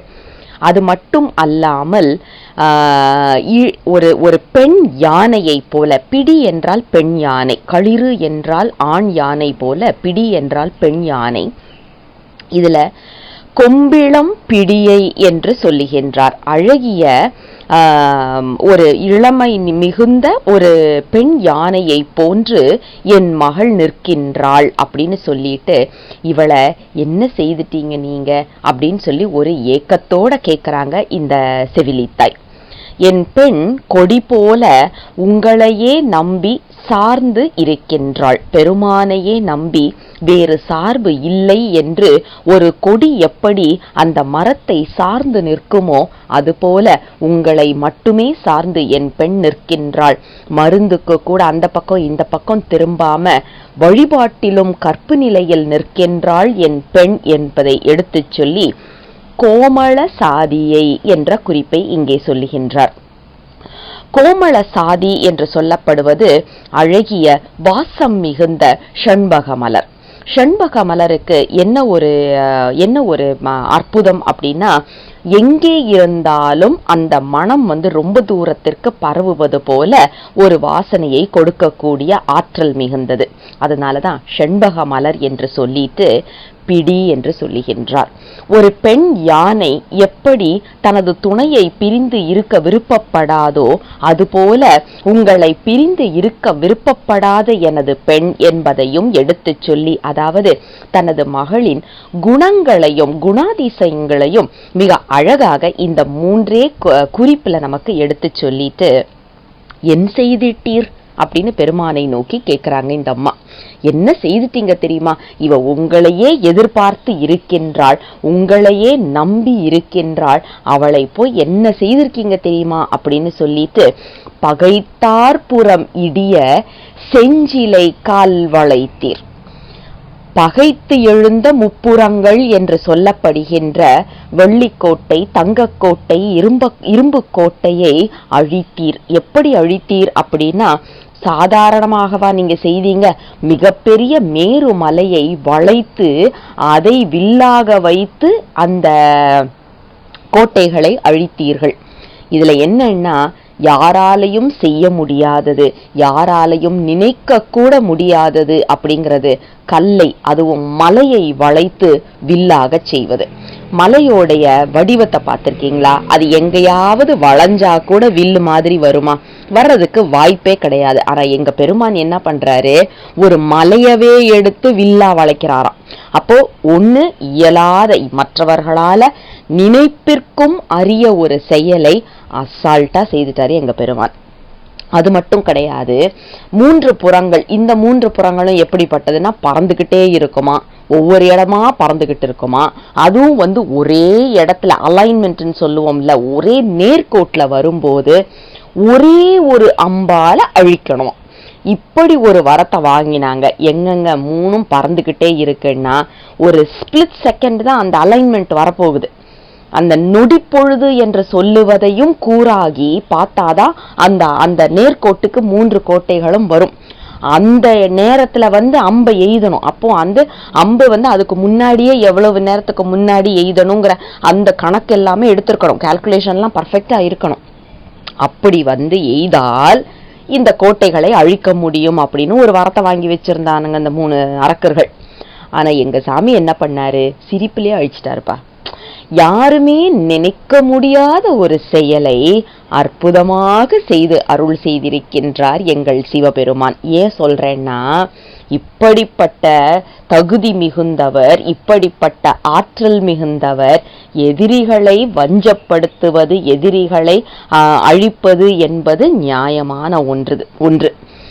இடிய செய்தல் அப்படின்றது அவர்களை வேதனைக்கு உரித்தாக்குவது என்பது நியாயமான ஒரு செயல். ஆனா உங்களையே நம்பி நீங்களே அனைத்தும் என்று கொடி போல் உங்கள் மேலேயே தவழ்ந்திருக்கின்ற என் பெண்ணுக்கு நீங்கள் இப்படி ஒரு சோதனையை கொடுப்பது நியாயமா என்று இந்த தாய் முறையிட்டு நிற்கின்றாள். பெருமான் இறங்க வேண்டும், அடியார்களுக்கு கண்டிப்பாக இறங்குவார். ஆனால் ஏன் இன்னும் இறங்கி அருள் செய்யவில்லை அப்படிங்கிற கேள்வியத்தான் இங்க தாய் கேட்டு நிக்கிறாங்க. இந்த செவிலி தாய் கேட்டு நிக்கிறாங்க. என்ன குறிப்புன்னா, என் மகள் எங்க எல்லாருக்கும் தெரிஞ்ச வரைக்கும் நல்ல பக்தியா எல்லாமே செய்யறா. பூசை செய்யறதுல இருந்து, 5 எழுத்து சொல்றதுல இருந்து எல்லாமே. ஏன்னா இப்போ கொடியே, கோமள சாதியை, கொம்பிளம் பிடியை என்றெல்லாம் சொல்லியாச்சுன்னா அது இயற்கை வருணனை என்று ஒரு விதத்துல எடுத்துக்கிட்டாலும் இந்த பெண்ணின் குணத்தை தான் அது குறிக்கின்றது. ஒழுங்காக சிவபூசையை செய்து கொண்டிருக்கின்ற அடியவள் என்ற குறிப்பையும், பெருமானையே பற்றுக்கோடாக நம்பி இருக்கின்ற ஒரு அடியவர் என்ற குறிப்பையும் மிக அழகாக இந்த 3 குறிப்புல சொல்லிட்டு, இப்படிப்பட்ட பெண், இப்படிப்பட்ட அடியவர், உங்கள் திருவடியை சார நினைந்து ஏங்கிக் கொண்டிருக்கின்ற அடியவரை நீங்கள் கஷ்டப்படுத்தலாமா அப்படின்னு ஒரு செவிலித்தாய், அதாவது ஒரு குருநாதர் பெருமானிடம் சென்று முறையிடும் அற்புதமான ஒரு பாடல். நாம எவ்வளவோ பூசை செய்யறோம், எவ்வளவோ பெருமானை நோக்கி பாடுறோம், எல்லாம் பண்றோம். ஆனா ஏன் இன்னும் நமக்கு பெருமான் இறங்கவில்லை அப்படிங்கிற ஒரு கேள்வி நம்ம எல்லாருக்குமே இருக்கும். நான் எவ்வளவு பதிகம் படிக்கிறேன் தெரியுமா, தினம் சிவபூசை செய்யறேன் தெரியுமா, எதையுமே விடுறதில்லை, ஆனாலும் ஏன் எனக்கு இத்தனை கஷ்டம் அப்படின்னு நீங்கள் யாராவது ஒருவர் மனத்தில் நினைத்தீர்கள் என்றால் ஒன்னு ஞாபகம் வச்சுக்கோங்க, நாம எந்த வியாதிக்கு மருந்து சாப்பிடுறோம் அப்படிங்கிறது முக்கியம். ஒரு சின்ன தலைவலி அப்படின்னு சொல்லியாச்சுன்னா இன்னைக்குள்ள காலகட்டத்துல ஒரு பெனடால் போட்டா சரியா போயிடும். ஏன்னா அந்த தலைவலி அப்படியே போயிடும். ஆனா அதே இதுக்கு கேன்சர் அப்படின்னு வந்துருச்சுன்னு வைங்களேன், புற்றுநோய் அப்படின்னு வந்துருச்சுன்னா அதுக்கு ரேடியேஷன், கீமோதெரப்பி அப்படி எல்லாமே செய்யணும். ஒரு தலைவலி என்று சொல்லியாச்சுன்னா ஒரு மாத்திரையில் சரியா போகும். ஆனால் புற்றுநோய் என்று வந்தாச்சுன்னா 6 மாதத்தில் இருந்து 1 வருடம், சிலருக்கு 5-6 வருடங்கள் கூட அந்த ட்ரீட்மெண்ட் போகும். அதே மாதிரி சிலருக்கு கால் கை அந்த மாதிரி எடுக்க வேண்டிய ஒரு சூழ்நிலை கட்டாயத்திற்கு வருவார்கள். இது எல்லாமே நம்மளுக்கு பெருமான் வைத்தியநாதனாக நின்று வைத்தியம் செய்து கொண்டிருக்கின்றான் என்ற குறிப்பை ஞாபகப்படுத்துறதுக்கு தான். அதனால எனக்கு ஏன் உடனேயே பெருமான் இறங்கல அப்படின்னா, என்ன வியாதின்னு இருக்குல்ல, என்ன வினைன்னு இருக்குல்ல. ஆனா ஒண்ணு ஞாபகம் வச்சுக்கோங்க, நீங்க படிக்க படிக்க படிக்க திருமுறைகள் படிக்கும் போது, திருமுறைகள் ஓதும் போது அந்த மருந்து நீங்க எடுத்துக்கிட்டே இருக்கிறீங்க. கொஞ்சம் கொஞ்சமா அந்த நோய் குறையுது. முற்றிலுமாக குணம் அடைந்தால் தான் பெருமான் நம்ம முன்னாடி நிக்க முடியும். உதாரணத்துக்கு கேட்ராக்ட் இருக்கு. அந்த கேட்ராக்ட் கொஞ்சம் கொஞ்சமா நகர்ந்தாதான் நமக்கு வெளியில இருக்கிற பொருள் தெரியும். இன்னைக்கு நம் மனத்தில் இருக்கின்ற கேட்ராக்ட் அப்படின்னு சொல்ற வியாதி என்னன்னு பாத்தீங்கன்னா நம்மளுடைய வினை. அது கொஞ்சம் கொஞ்சமா மாற வேண்டும். அந்த மாறுவதற்கான மருந்துதான் திருமுறைகள். திருமுறைகளை எடுத்து நாம் ஓதும் போது கண்டிப்பாக நமக்கு அதில் இருந்து, அதனால்தான் பாத்தீங்கன்னா இந்த தேவாரம் அப்படிங்கிற அந்த ஒரு சொல் இருக்குல்ல, எத்தனை அற்புதமான ஒரு சொல் என்பதை நாம ஞாபகம் வச்சுக்கணும். இதை நம்ம எல்லாரும் என்ன சொல்லிடுறோம், தேவாரம் அப்படின்னாக்க தே கூட்டல் ஆரம் அப்படின்னு சொல்லிட்டு, ஹாரம்னா வடமொழியில மாலை. அதனால பெருமானை நோக்கி, தே என்றால் தெய்வம், பெருமானை நோக்கி பாடுகின்ற பாமாலை அப்படின்றத எளிமையா சொல்லிடுறோம். எங்க எல்லாமே தமிழ் பாடல்கள், திருமுறைகள் அனைத்தும் தமிழ் பாடல்கள். அங்க அந்த ஹாரம் அப்படிங்கிற ஒரு வார்த்தையை அங்க வைப்பாங்களான்னு நம்ம கொஞ்சம் யோசிக்கணும். அதுக்கு என்ன பொருள்னா, தே கூட்டல் வாரம் என்று பிரிக்கணும். அத வாரம் அப்படின்னா அன்பு என்று பொருள். இசையோடு கூடியது என்றும் ஒரு பொருள் இருக்கு. வாரம்னா 2 பொருள் இருக்கு. ஒண்ணு அன்பு, இன்னும் ஒண்ணு இசையோடு கூடியது என்று பொருள்.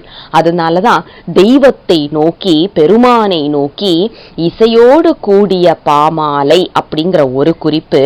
அன்பின் மிகுதியால் பெருமானை பாடியது, புகழ்ந்தது, போற்றியது என்று ஒரு பொருள். ஆக தேவாரம் என்பது அன்பின் மிகுதி என்பதை நாம் மறந்துவிடக்கூடாது. இந்த தேவார திருவாசகங்களை நாம எடுத்து படிக்க படிக்க நம்மளுடைய புற்றுநோய்க்கான மருந்து இது என்பதை நாம் மறந்துவிடக்கூடாது. அது கொஞ்சம் கொஞ்சமா போக போக பெருமான் கண்டிப்பாக நமக்கு கருணை செய்வார். கருணையே வடிவானவர் நம் சிவபெருமான். நம்மை கஷ்டப்படுத்தி அவர் என்னைக்குமே அதுல பார்க்க மாட்டாரு. அதுல அவருக்கு சுகமும் பார்க்க மாட்டார். நம்ம பெருமான் சாடிஸ்ட் கிடையாதுங்க. அதை நாம நல்லா ஞாபகம் வச்சுக்கிறோம். கூப்பிடுற குரலுக்கு முன்னார நம்ம பக்கத்துல உட்காந்து நான் இருக்கிறேன் அப்படின்னு தலைய தடவி கொடுத்துக்கிட்டு இருக்கிறாருன்றத மட்டும்தான் நாம புரிஞ்சுக்கணும். ஆனா என்ன ஒண்ணு, அவர் தலைய தடவி கொடுக்கறது நம்மளால உணர முடியல. ஏன் அப்படின்னா அந்த குறையும் நம்ம கிட்ட இருக்கிறது தான். பால் இருக்கு, அதை எடுத்து நம்ம வாயில வைக்கிறோம். பால் புளிச்சு போன ஒரு ருசி வந்துச்சுன்னா நம்ம உடம்புல பித்தமே ஒழிய பால்ல குறை கிடையாது. அறுசுவை உணவு நம்ம முன்னாடி இருக்கு, சாப்பிட முடியலன்னா பசி எனக்கு இல்ல, வாயு தொல்லை எனக்கு அப்படிங்கிற ஒரு குறிப்பு தான் அங்க இருக்க ஒழிய அந்த உணவு மேல குற்றம் இல்லை. பெருமான் தயாராக நம் இலையில் இருக்கின்றான். அந்த வாயு பிரச்சனையை போக்க வேண்டியது நம்மளுடைய கடமை. அதுக்கான மருந்து சாப்பிட வேண்டியது நம்மளுடைய பொறுப்பு. அந்த மருந்து எது என்றால் தேவார திருவாசகங்கள் தான். திருமுறைகளை கையில் எடுத்து முழுவதுமாக படித்து வாருங்கள். உங்கள் பாவங்கள் அனைத்தும், நம்முடைய அனைத்து பாவங்களும், நமக்குன்னு எத்தனையோ சேர்த்து வச்சிருக்கிறோம், அனைத்து பாவங்களும் பொடி பொடியாக போகும் என்பது திண்ணம். ஏன்னா இது எல்லாமே பெருமானின் தெய்வ மொழிகள் என்பதை நாம் மறந்துவிடக்கூடாது. அற்புதமான ஆழமான ஒரு பாடல் இன்று நமது சிந்தனைக்கு. 8வது பாடல். அரவனே அன்று பன்றிப்பின் ஏகிய மறவனே, எனை வாதை செய்யேல் எனும் சிறை வண்டார் பொழில் தில்லையுளீர் எனும் பிறைகுலாம் நுதல் பெய்வளையே. இன்றைய பாடல் நமக்கு நம்பி ஆரூரரை நினைவுக்கு கூறும் விதமாக அமைக்கப்பட்ட அற்புதமான ஒரு பாடல். அதாவது அரவனே அன்று பன்றிப்பின் ஏகிய மறவனே என்ற குறிப்பை நம்பி ஆரூரர் திருநள்ளாறு பதிகத்தில் அப்படியே அருளி செய்திருப்பார். மறவனே அன்று பன்றிப்பின் சென்ற மாயனை நால்வர் காலின் கீழ் உரைத்த அரவனை என்று அந்த சொற்றொடர்கள் வரும். அதை அப்படியே இங்கே எடுத்து கையாண்ட நம் ஆசிரியர் நம்பி ஆரூரரின் அந்த வழி வழியில் வந்தவர் என்பதை நமக்கு மீண்டும் நிலையுறுத்தி நினைவுக்கு கொண்டு வந்து அருள் செய்கின்றார். அரவனே என்று ஆசிரியர் அருள் செய்கின்றார் பெருமானை. அதாவது அறவடிவினனாக இருப்பவன் நம் சிவபெருமான் என்ற குறிப்பு. அதனாலதான் பாத்தீங்கன்னா பெருமானின் விடை என்று சொல்லப்படுவது அறவடிவத்தில் நிற்கின்ற அந்த காளை வாகனம். ஊழிக்காலத்துல முற்றொழிப்பு காலம், முற்றுமாக அழிக்கின்ற ஊழிக்காலத்தில் அறதேவதை சென்று பெருமானிடம் கேட்கின்றதா, பெருமானே அனைத்தும் ஒடுங்குகின்றது, நானும் அழிய வேண்டுமா என்று. அப்போ பெருமான் அறம் என்றுமே அழியக்கூடாதது என்று சொல்லி, அதனாலதான் என்னை தாங்கி நிற்கின்ற விடையாக நில் என்று வெள்ளேறு என்ற குறிப்பை நாம பார்க்கின்றோம். ஆக இந்த அறதேவதை தான் பெருமானை தாங்கி நிற்கின்ற விடை. அதனால்தான் பார்த்தீங்கன்னா கோயில்கள் எல்லாம் அந்த பெருமானின் வாகனம் அப்படி தலையை சாய்த்து பெருமானை பார்த்துட்டு இருக்கிற மாதிரி இருக்கும். ஏன் அப்படின்னா பெருமானை பார்த்து கேட்குதான், இப்ப நான் என்ன பண்ணணும், அடுத்தது எந்த பக்கம் போகணும் அப்படின்னு சொல்லிட்டு பெருமானின் ஆணைக்காக காத்து கொண்டிருப்பது. அதனாலதான் பாத்தீங்கன்னா நிறைய இடத்துல மால் விடை என்ற ஒரு குறிப்பு வரும். ஏன் அப்படின்னா பகவத்கீதையில வரும், எப்போல்லாம் தர்மத்தை நிலை செய்ய வேண்டுமோ அப்போதெல்லாம் நான் அவதரிப்பேன் என்று பகவத்கீதையில் கிருட்டினரின் வடிவமாக அங்கே சொல்லப்படும். அறம்தான் பெருமானை தாங்கி நிற்பது என்பதனால தான் அந்த இடங்கள்ல மால் விடை என்ற ஒரு சிறப்பும் திருமாலுக்கு கிடைத்த காரணம். நம் பெருமானை தாங்கி நிற்பவர் என்பதை நாம மறந்துவிடக்கூடாது. அடுத்தது, அன்று பன்றிப்பின் ஏகிய மறவனே. பன்றிப்பின் ஏகிய மறவனே என்றால், மறவன் என்றால் வேடன் என்று பொருள். அது மட்டும் கிடையாது, மறவன் என்றால் மறைந்து நிற்பவன் என்று பொருள். ஒரு வேடனுக்கு அழகு என்ன அப்படின்னா, மறைந்து நின்று தனது எந்த எந்த மிருகத்தை அடிக்கணும்னு நினைக்கிறோமோ அதை அப்படியே பார்த்துக்கிட்டே நின்று மறைஞ்சு நின்று பார்த்துட்டு குறி வச்சு அடிக்கிறது தான் ஒரு வேடனுடைய வேலை. அத அப்படியே நம்ம பெருமான் செய்யறார். என்ன பண்றாருன்னா மறைந்து நிற்கின்றார். எதற்காக என்றால் இந்த உயிர்களை உய்வடைய செய்வதற்காக. எங்கே மறைந்திருக்கின்றார்? யார் கண்ணுக்கும் படாத ஒரு இடத்தில் மறைந்திருக்கின்றாள். எங்கே அப்படின்னா நம் உள்ளத்தின் உள்ளே. வெளியில எங்க இருந்தாலும் பெருமான நாம தேடுவதற்கு முயற்சி செய்வோம். இன்னைக்கு பாருங்க, காட்ஸ் பார்ட்டிக்கல் அது இதுன்னு என்னென்னத்தையோ கண்டுபிடிச்சிட்டு வர்றோம். பெருமான் எங்கே இருக்கின்றான்னு வெளியில தேட ஆரம்பிச்சா எங்கேயாவது கண்டுபிடிச்சிருவான் இவன் அப்படின்னு சொல்லிட்டு பெருமான் என்ன பண்றாரு, பத்திரமா நம்ம உள்ளத்திற்கு உள்ள உட்கார்ந்துருக்காரு. ஏன்னா தெரியும் பெருமானுக்கு அந்த இடத்துல மட்டும் இவன் தேட மாட்டாயா அப்படின்னுட்டு. அதனால நம்ம ஒவ்வொருத்தரின் உள்ளத்திலும் பெருமான் இருக்கின்றார். அதை நாம நல்லா ஞாபகம் வச்சுக்கணும். மனசுக்கு உள்ளேயே, உள்ளத்துக்கு உள்ளேயே, நமக்குள்ளேயே இருந்து நம்மை வழி நடத்தி கொண்டிருக்கின்றார் நம் சிவபெருமான். அதனாலதான் உள்ளே இருக்கின்றார் என்ற குறிப்பு. அது மட்டும் இல்ல, பன்றிப்பின் ஏகிய மறவனே என்று. இந்த உலகத்துல பன்றின்னு பாத்தீங்கன்னா மிகவும் பலம் வாய்ந்தது, கருமை நிறம் உடையது, மிகவும் பலம் வாய்ந்தது. அதுவும் எப்படின்னா சேற்றில் தான் பன்றி இருக்கும். நம்மை போல இந்த உலக வாழ்க்கையில நாம இன்னைக்கு இருக்கிறோமே, இது சேருதானே, தகாத ஒரு இடம் தானே நாம இருக்கிறது. அதே மாதிரி ஆணவத்தின் வடிவமாகவே நாம இருக்கிறோம் இல்லையா? அதனாலதான் இந்த பன்றியை நமக்கு இந்த இதுல பாத்தீங்கன்னா புராணமா பார்த்தா கிராதமூர்த்தி என்று சொல்லப்படுகின்றது. அது நம்ம எல்லாருக்கும் தெரியும். அர்ஜுனனுக்காக பெருமான் ஒரு வேடனாக வந்தார் என்றதுதான் புராணம். ஆனா அதுக்குள்ள இருக்கிற காரணத்தை பாத்தீங்கன்னா, பன்றி எப்படி பலம் உடையதாக இருக்குமோ அதே போலதான் நமது ஆணவம் பலம் உடையதாக இருக்கின்றது. அந்த பலம் உடையது மட்டும் அல்லாமல் அது தனது தகுதிக்கு கீழான இடத்தில் தான் எப்போதுமே இருக்கும். சேறு சகதி அப்படிங்கறதுல தான் பண்ணி எதுல போய் மேயும் அப்படிங்கிறது நமக்கு தெரியும். நாமும் கிட்டத்தட்ட அப்படித்தான் வாழ்ந்துகிட்டு இருக்கோம். யோசிச்சு பாருங்க, நாம ஒரு பெரிய பங்களால கூட இருக்கலாம், மிகப்பெரிய காரெல்லாம் ஓட்டிக்கிட்டு இருக்கலாம், நல்ல சென்ட்டு சந்தனம் எல்லாத்தையும் அரைச்சு பூசிட்டு இருக்கலாம். ஆனா ஒண்ணு மறந்துட்டோம், இந்த பிறவி என்பதே சாக்கடை, இந்த பிறவி என்பதே சேறு. அதனாலதான் அருளாளர்கள் எல்லாம் எனக்கு பிறவி வேண்டாம் பிறவி வேண்டாம் என்று கேட்டுக்கொண்ட காரணம். ஏன்னா இது நம்மளுடைய தகுதிக்கே சரிப்பட்டே வராத ஒரு இடம் என்பதை ஒரு உயிர் புரிந்து கொள்ள வேண்டும். ஆக பன்றிக்கு பின் பெருமான் எப்படி மறைந்து நின்று சென்றாரோ அதே போலத்தான் நமக்கு உள்ளேயே மறைந்து நிற்கின்றார். ஆனால் நாம் அவரை இன்னும் புரிந்து கொள்ளாமல் இருக்கின்றோம். என்னை வாது செய்யேல், என்னை இதுக்கு மேல துன்புறுத்தாத, உள்ள மறைஞ்சிட்டு இருக்கிறேன்னு எல்லா நூல்களும் சொல்லுது, எல்லா திருமுறைகளும் அப்படித்தான் சொல்லுது. நான் புரிந்து கொண்டேன், ஆனால் இன்னும் உணர முடியவில்லை, உணர வைக்க வேண்டும் என்ற பெருமானின் திருவடியில் நாம் விண்ணப்பம் வைப்பது போல இந்த பாடலை அமைத்து நமக்கு கொடுத்திருக்கின்றார் ஆசிரியர். சொல்லிட்டு எனும் சிறை வண்டார் பொழில் தில்லையுளீர்.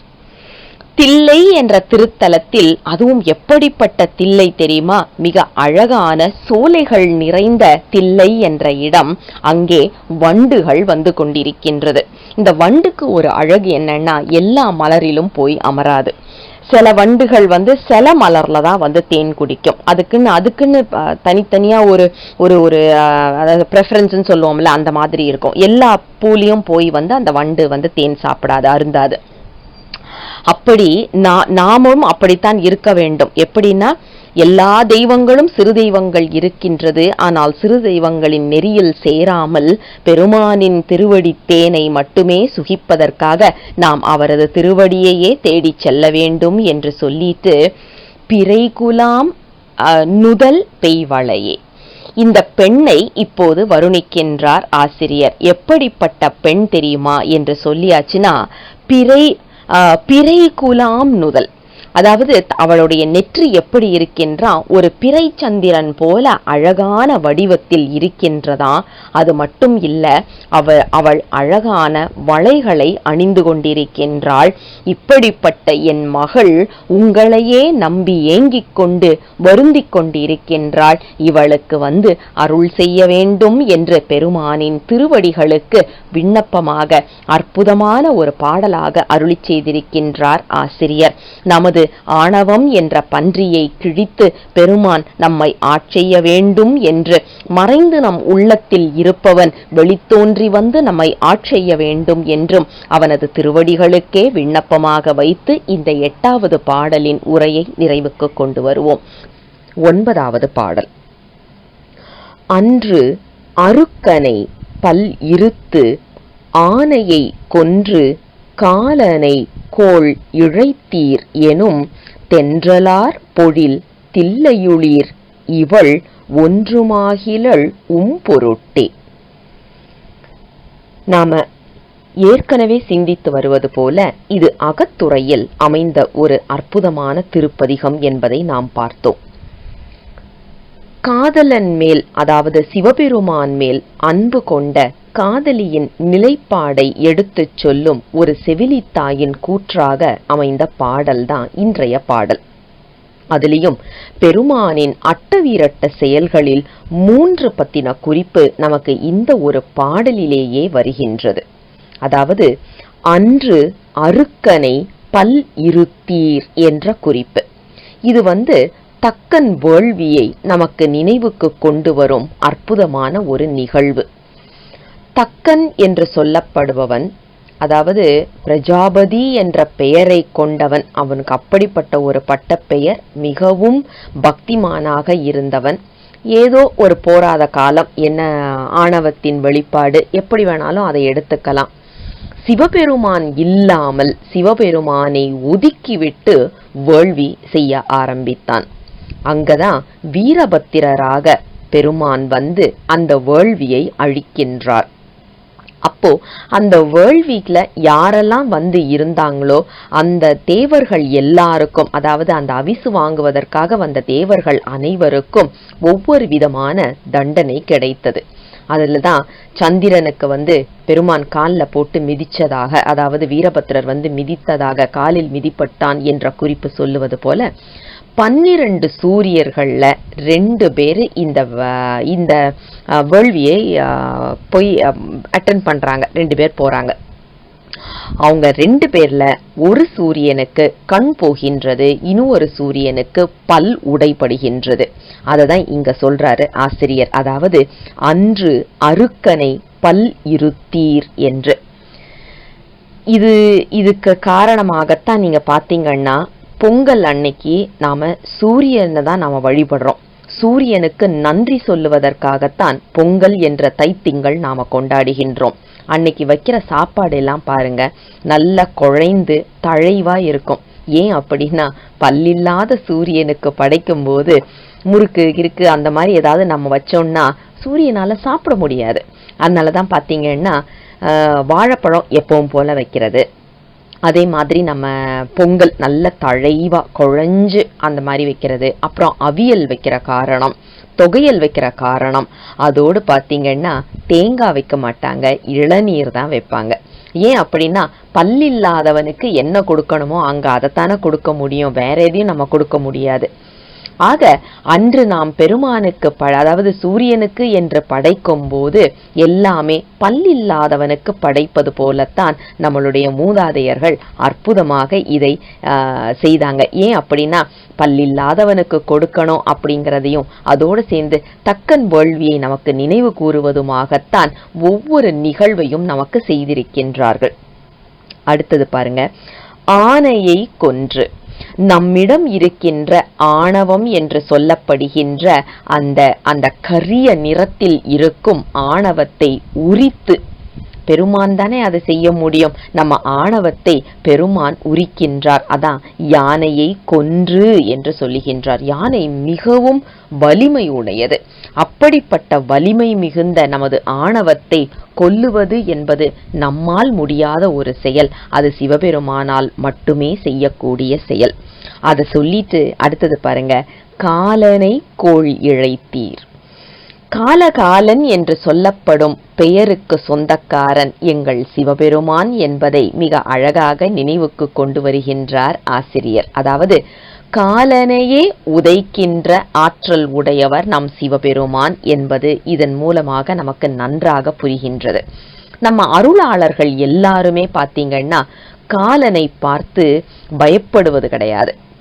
அதாவது எனக்கு சாவு வந்துருமே அப்படின்னு யாருமே பயப்பட்டது கிடையாது. ஆனா எதற்காக பயந்தார்கள் என்றால் மறுபிறப்பி வேண்டாம், அதுக்குத்தான் அவங்க பயந்தாங்க.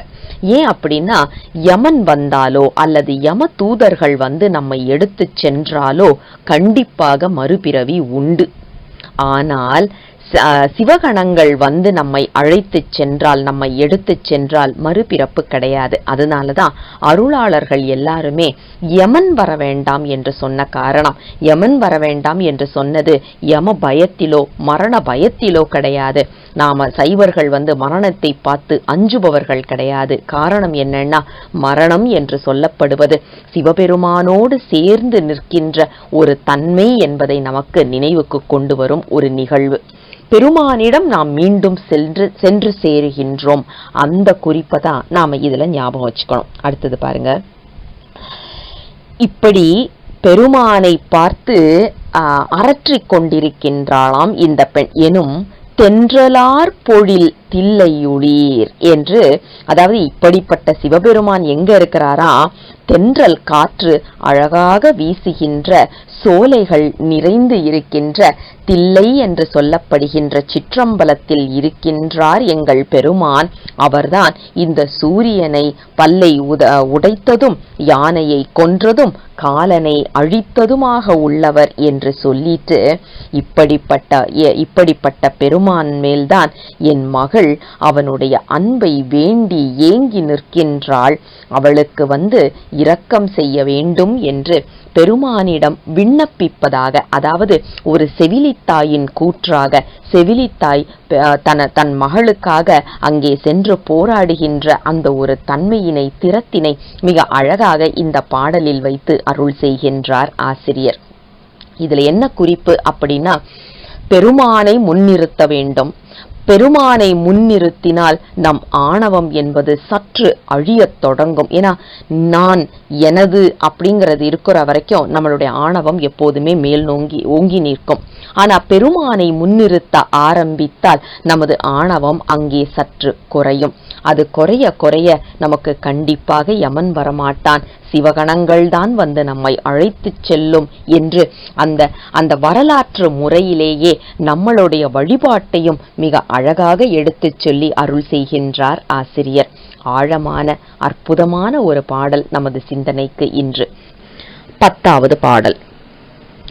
ஏயுமாறு எழில் சேதிபர்கோன் தில்லை நாயனாரை நயந்துரை செய்தன தூயவாறு உரைப்பார் துறக்கத்து இடை ஆய இன்பம் எய்தி இருப்பரே.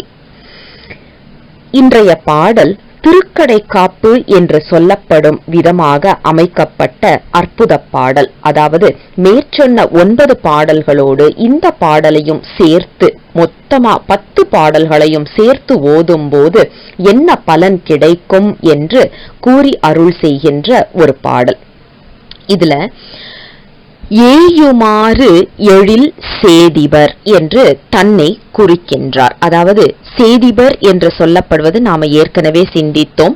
இவரது குலம், அதாவது சேதி நாட்டவர் என்பதை சேதியர், அது சேதிபர் என்று கூறும் ஒரு வழக்கம் இருந்திருக்கின்றது அப்படிங்கிறது.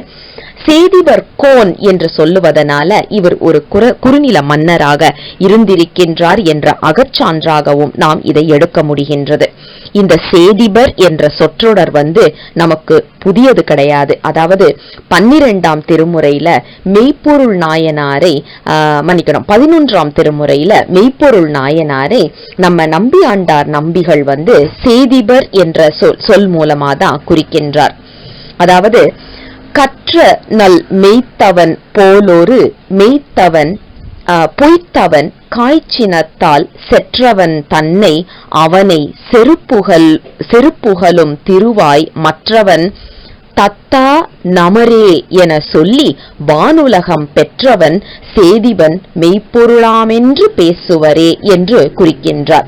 ஆக சேதிபன் என்று சொல்லப்படுவது சேதிராயர், அதாவது சேதி நாட்டை ஆண்டு அருள் செய்பவர் என்ற குறிப்பில் நமக்கு இங்கே தன்னை அறிமுகம் செய்த ஆசிரியர் நாயனாரை, எப்படிப்பட்ட நாயனாரை? தில்லை நாயனாரை, தில்லையில் இருக்கின்ற சிறப்புமிக்க நம் சிவபெருமானை நயந்து உரை செய்தன. நயந்து உரை செய்தன என்பது ஆனந்தத்தின் மிகுதியால் அவர் மேல் பாடப்பட்ட பாடல்கள் என்ற குறிப்பு. ஏன்னா நாம திருமுறைகளை பாடும்போது எப்படி பாட வேண்டும் அப்படிங்கிறதுக்கு ஒரு குறிப்பு. ஆனந்தம் மிகுதியில் நாம் பாட வேண்டும். ஏதோ கடனேன்னு இன்னைக்கு ஒரு 10 தடவை சொல்லணும், 10 பாடல்களை நம்ம படிக்கணும் அப்படிங்கிற மாதிரி படிக்காம அன்பும் ஆசையும் காதலும் நிறைந்து பாட வேண்டிய பாடல்கள் தான் இது. ஆசிரியர் அப்படித்தான் அதை நமக்கு அருளி செய்திருக்கின்றேன் என்று சொல்லுகின்றார். நயந்து உரை செய்தன தூயவாறு உரைப்பார். இந்த தூயவாறு உரைப்பது என்று சொல்லப்படுவது என்னன்னா தூய்மை மிகுதியோட. இதுல தூய்மை என்று சொன்னால் எதுல எல்லாம் தூய்மை இருக்கணும் அப்படின்னா, நம்ம எல்லாருக்கும் தெரியும், உடல் சுத்தமாக இருக்கணும், மனம் சுத்தமாக இருக்கணும், அதே நேரத்துல வாக்கு சுத்தமாக இருக்கணும். இதுல வாக்கு சுத்தம் என்று சொல்லப்படுவதை நாம சற்று ஆராய்ந்து பார்த்தோமானால், ஒன்னு சொல் குற்றம், மற்றொன்று பொருள் குற்றம். சொல் தவறில்லாமல் வர வேண்டும். அதாவது இன்னைக்கு நம்மள நிறைய பேருக்கு பாத்தீங்கன்னா ரகரம் சரியாக வருவதில்லை, நகரம் சரியாக வருவதில்லை. இந்த 3த்துக்கும் வித்தியாசம் தெரிகிறதில்ல. லகரம் ரகரத்துக்கும் வித்தியாசம் தெரிகிறதில்ல. இதுக்கும் வித்தியாசம் தெரியாம நிறைய பேச்சுக்கள்ல நம்மளுடைய வார்த்தைகள் தவறாக பயன்படுத்தப்படுகின்றது. அந்த குற்றங்கள் நீங்கி திருமுறைகளை ஓத வேண்டும். இது எப்படி வரும் அப்படின்னா, செந்தமிழும் நாப்பழக்கம் என்ற ஒரு குறிப்பு நமக்கு எல்லாருக்கும் தெரியும். ஆக பேச பேச இந்த நாக்கு என்று சொல்லப்படுவது திருத்தி அமைத்து நமக்கு அற்புதமாக இதை பேசுவதற்கு வழி செய்யும். அதே நேரத்துல பொருள் குற்றமும் இருக்கக்கூடாது. இப்ப எல்லாருமே சொல்லுவாங்க, திருமுறைகளை பொருள் தெரியாமல் படிக்க கூடாது அப்படின்னுட்டு. உண்மைதான், பொருள் தெரியாமல் நாம் திருமுறைகளை படிக்க கூடாது. ஆனா நமக்கு இன்னைக்கு பொருள் யாரு சொல்லி புரிய வைக்க போறாங்க அப்படின்னா, சிவபெருமான் மட்டும்தான். நீங்க வார்த்தையால கேட்கிறதோ படிக்கிறதோ இது எல்லாமே பொருள் கிடையாது, பொழிப்புரை மட்டும்தான். நீங்க திருவாவடுதுறை ஆதீனம் நூலாக இருக்கட்டும், தர்ம ஆதீனம் நூலாக இருக்கட்டும், எங்கனாலும் நீங்க எடுத்து பாத்தீங்கன்னா பொழிப்புரை குறிப்புரை அப்படின்னு தான் எழுதியிருப்பாங்களே ஒழிய பொருள் என்று எங்கேயுமே சொல்றது கிடையாது. ஏன் அப்படின்னா, இதற்கு பொருள் நமக்கு புரிய வைக்க வேண்டியது, இதற்கு பொருள் நமக்கு சொல்ல வேண்டியது யார் என்றால் சிவபெருமான் தான். ஏன்னா பொருளாக நிற்பதே அவன் என்பதனால். ஆக பொருளை நமக்கு உள்ளதை உள்ளவாறு விளங்கச் செய்ய வேண்டியது சிவபெருமான். அப்படி விளங்கச் செய்வதற்காக நாம் என்ன செய்ய வேண்டும் என்றால், அன்போடு திருமுறைகளை ஓத வேண்டும். ஓதும் போது நமக்கு கண்டிப்பாக அதற்கு சரியான பொருளை நமக்கு உணர்த்தி அருள் செய்வார் என்று சொல்லிட்டு, அவர் சொன்ன இந்த பாடல்களை, அதாவது சேதிபர் என்று சொல்லப்படுபவர் பாடிய இந்த மேற்சொன்ன 10 பாடல்களையும் சொல் குற்றம் பொருள் குற்றம் இல்லாமல் ஓதினால் நமக்கு என்ன கிடைக்கும் அப்படின்னா, இந்த பிறவியில மட்டும் கிடையாது, மறுபிறவி என்பதும் இல்லாமல் சிவலோகத்தில் என்றுமே மாறாத இன்பம் துய்த்து நாம் இருப்பதற்கு வழிவகை செய்யும் என்ற ஒரு குறிப்பினை நமக்கு சொல்லி அருள் செய்கின்றார் ஆசிரியர். இன்றைய பாடல் திருக்கடை காப்பு என்று சொல்லப்படுவதனால் மேல் சொன்ன 9 பாடல்களோடு இந்த 10வது பாடலையும் சேர்த்து அடியார்கள் ஒரு முறை பாராயணம் செய்ய வேண்டும் என்று உங்கள் திருவடிகளுக்கு விண்ணப்பமாக வைக்கின்றோம். இன்றோடு இந்த இறுதி பாடல் மட்டும் இல்ல, திரு இசைப்பா என்று சொல்லப்படுகின்ற 9ஆம் திருமுறை முழுவதுமாக, அதாவது திரு பல்லாண்டு மட்டும்தான் இன்னும் இருக்கு, திரு இசைப்பா என்று சொல்வது அனைத்துமே இந்த பாடலோடு முடிவடைகின்றது. நாளை இந்த பாடல்களின் திரண்ட கருத்துக்களாக நாம் சிலவற்றை சிந்தித்து அதோடு திரு இசைப்பாவை நிறைவுக்கு கொண்டு வருவோம். பெருமானின் திருவருள் நமக்கு இத்தனை காலம் கூட இருந்ததற்கு அவரது திருவடிகளுக்கு நன்றிகளை உரித்தாக்கிக் கொள்ளுவோம். 9ஆம் திருமுறை தொடர் முற்றோதுதல் செய்து கொண்டிருக்கின்ற அனைத்து அடியார்களின் பொற்பாத கமலங்களையும் மனம் மொழி மெய்களால் வணங்கி மகிழ்கின்றேன். நமது தொடர் முற்றோதுதலில் இன்று 28வது திருப்பதிகம் முடிவடைந்த நிலையில் ஒன்று சேர உள்ள திரண்ட கருத்துக்களை சிந்திக்க இருக்கின்றோம். இதுல என்ன மிகப்பெரிய ஒரு குறிப்பு அப்படின்னா, 28வது பதிகம் நமக்கு திரு இசைப்பா என்று சொல்லப்படுகின்ற அந்த 28 பதிகங்களையும் நிறைவுக்கு கொண்டு வரும் ஒரு பதிகமும் இதுவும் தான். இந்த பதிகம் நாம ஏற்கனவே சிந்தித்தது போல அந்தாதி தொடையில் அமைக்கப்பட்டது என்பதை நாம் பார்த்தோம். அதே நேரத்துல இது கோயில் என்ற திருத்தலத்தில் அமைந்தது, அகத்துறையில் அமைந்தது, அக இலக்கணப்படி அமைந்தது. அக இலக்கணத்துல என்ன ஒரு சிறப்பு அப்படின்னாக்க, என்றுமே பிரிவாற்றாமையில் தலைவிதான் தலைவனை நோக்கி ஏங்கி தவித்து தூது அனுப்புவா.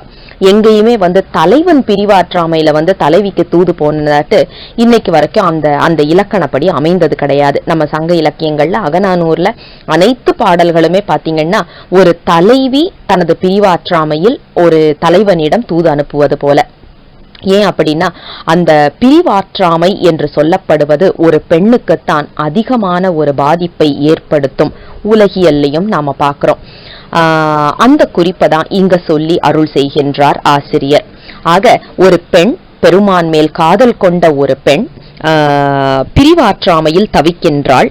அவளுக்காக அந்த தாய், செவிலித்தாய் என்பவள் பெருமானிடம் தூது செல்கின்றாள். இதுல காதல் தலைவன் என்று சொல்லப்படுபவன் சிவபெருமான், காதலி என்பது அடியார்கள், அதாவது நம்மை போன்றவர்கள். இதில் தூதாக செல்லுவது யார் என்றால், அல்லது முறையிட்டு நிற்பது யார் என்றால் செவிலித்தாய். அந்த செவிலித்தாய் யார் என்றால் நம் குருநாதர். இந்த காதல் நிலையை நமக்கு எடுத்து சொல்லும் 10 நிலை, அதாவது மெய்மறத்தல், வாய்விட்டழுதல், கண்ணீர் சொரிதல், சொல் எழாமை, வியர்த்தல், மெய் சிலிர்த்தல், உடல் குலுங்கல், உதடு துடித்தல், மிடறு விம்மல், நாட்டழுத்தழுத்தல் என்ற அடியார் இலக்கணங்கள் 10ஐயும் இந்த பாடல்களில் அங்கங்கே வைத்து அருள் செய்திருக்கின்றார் ஆசிரியர்.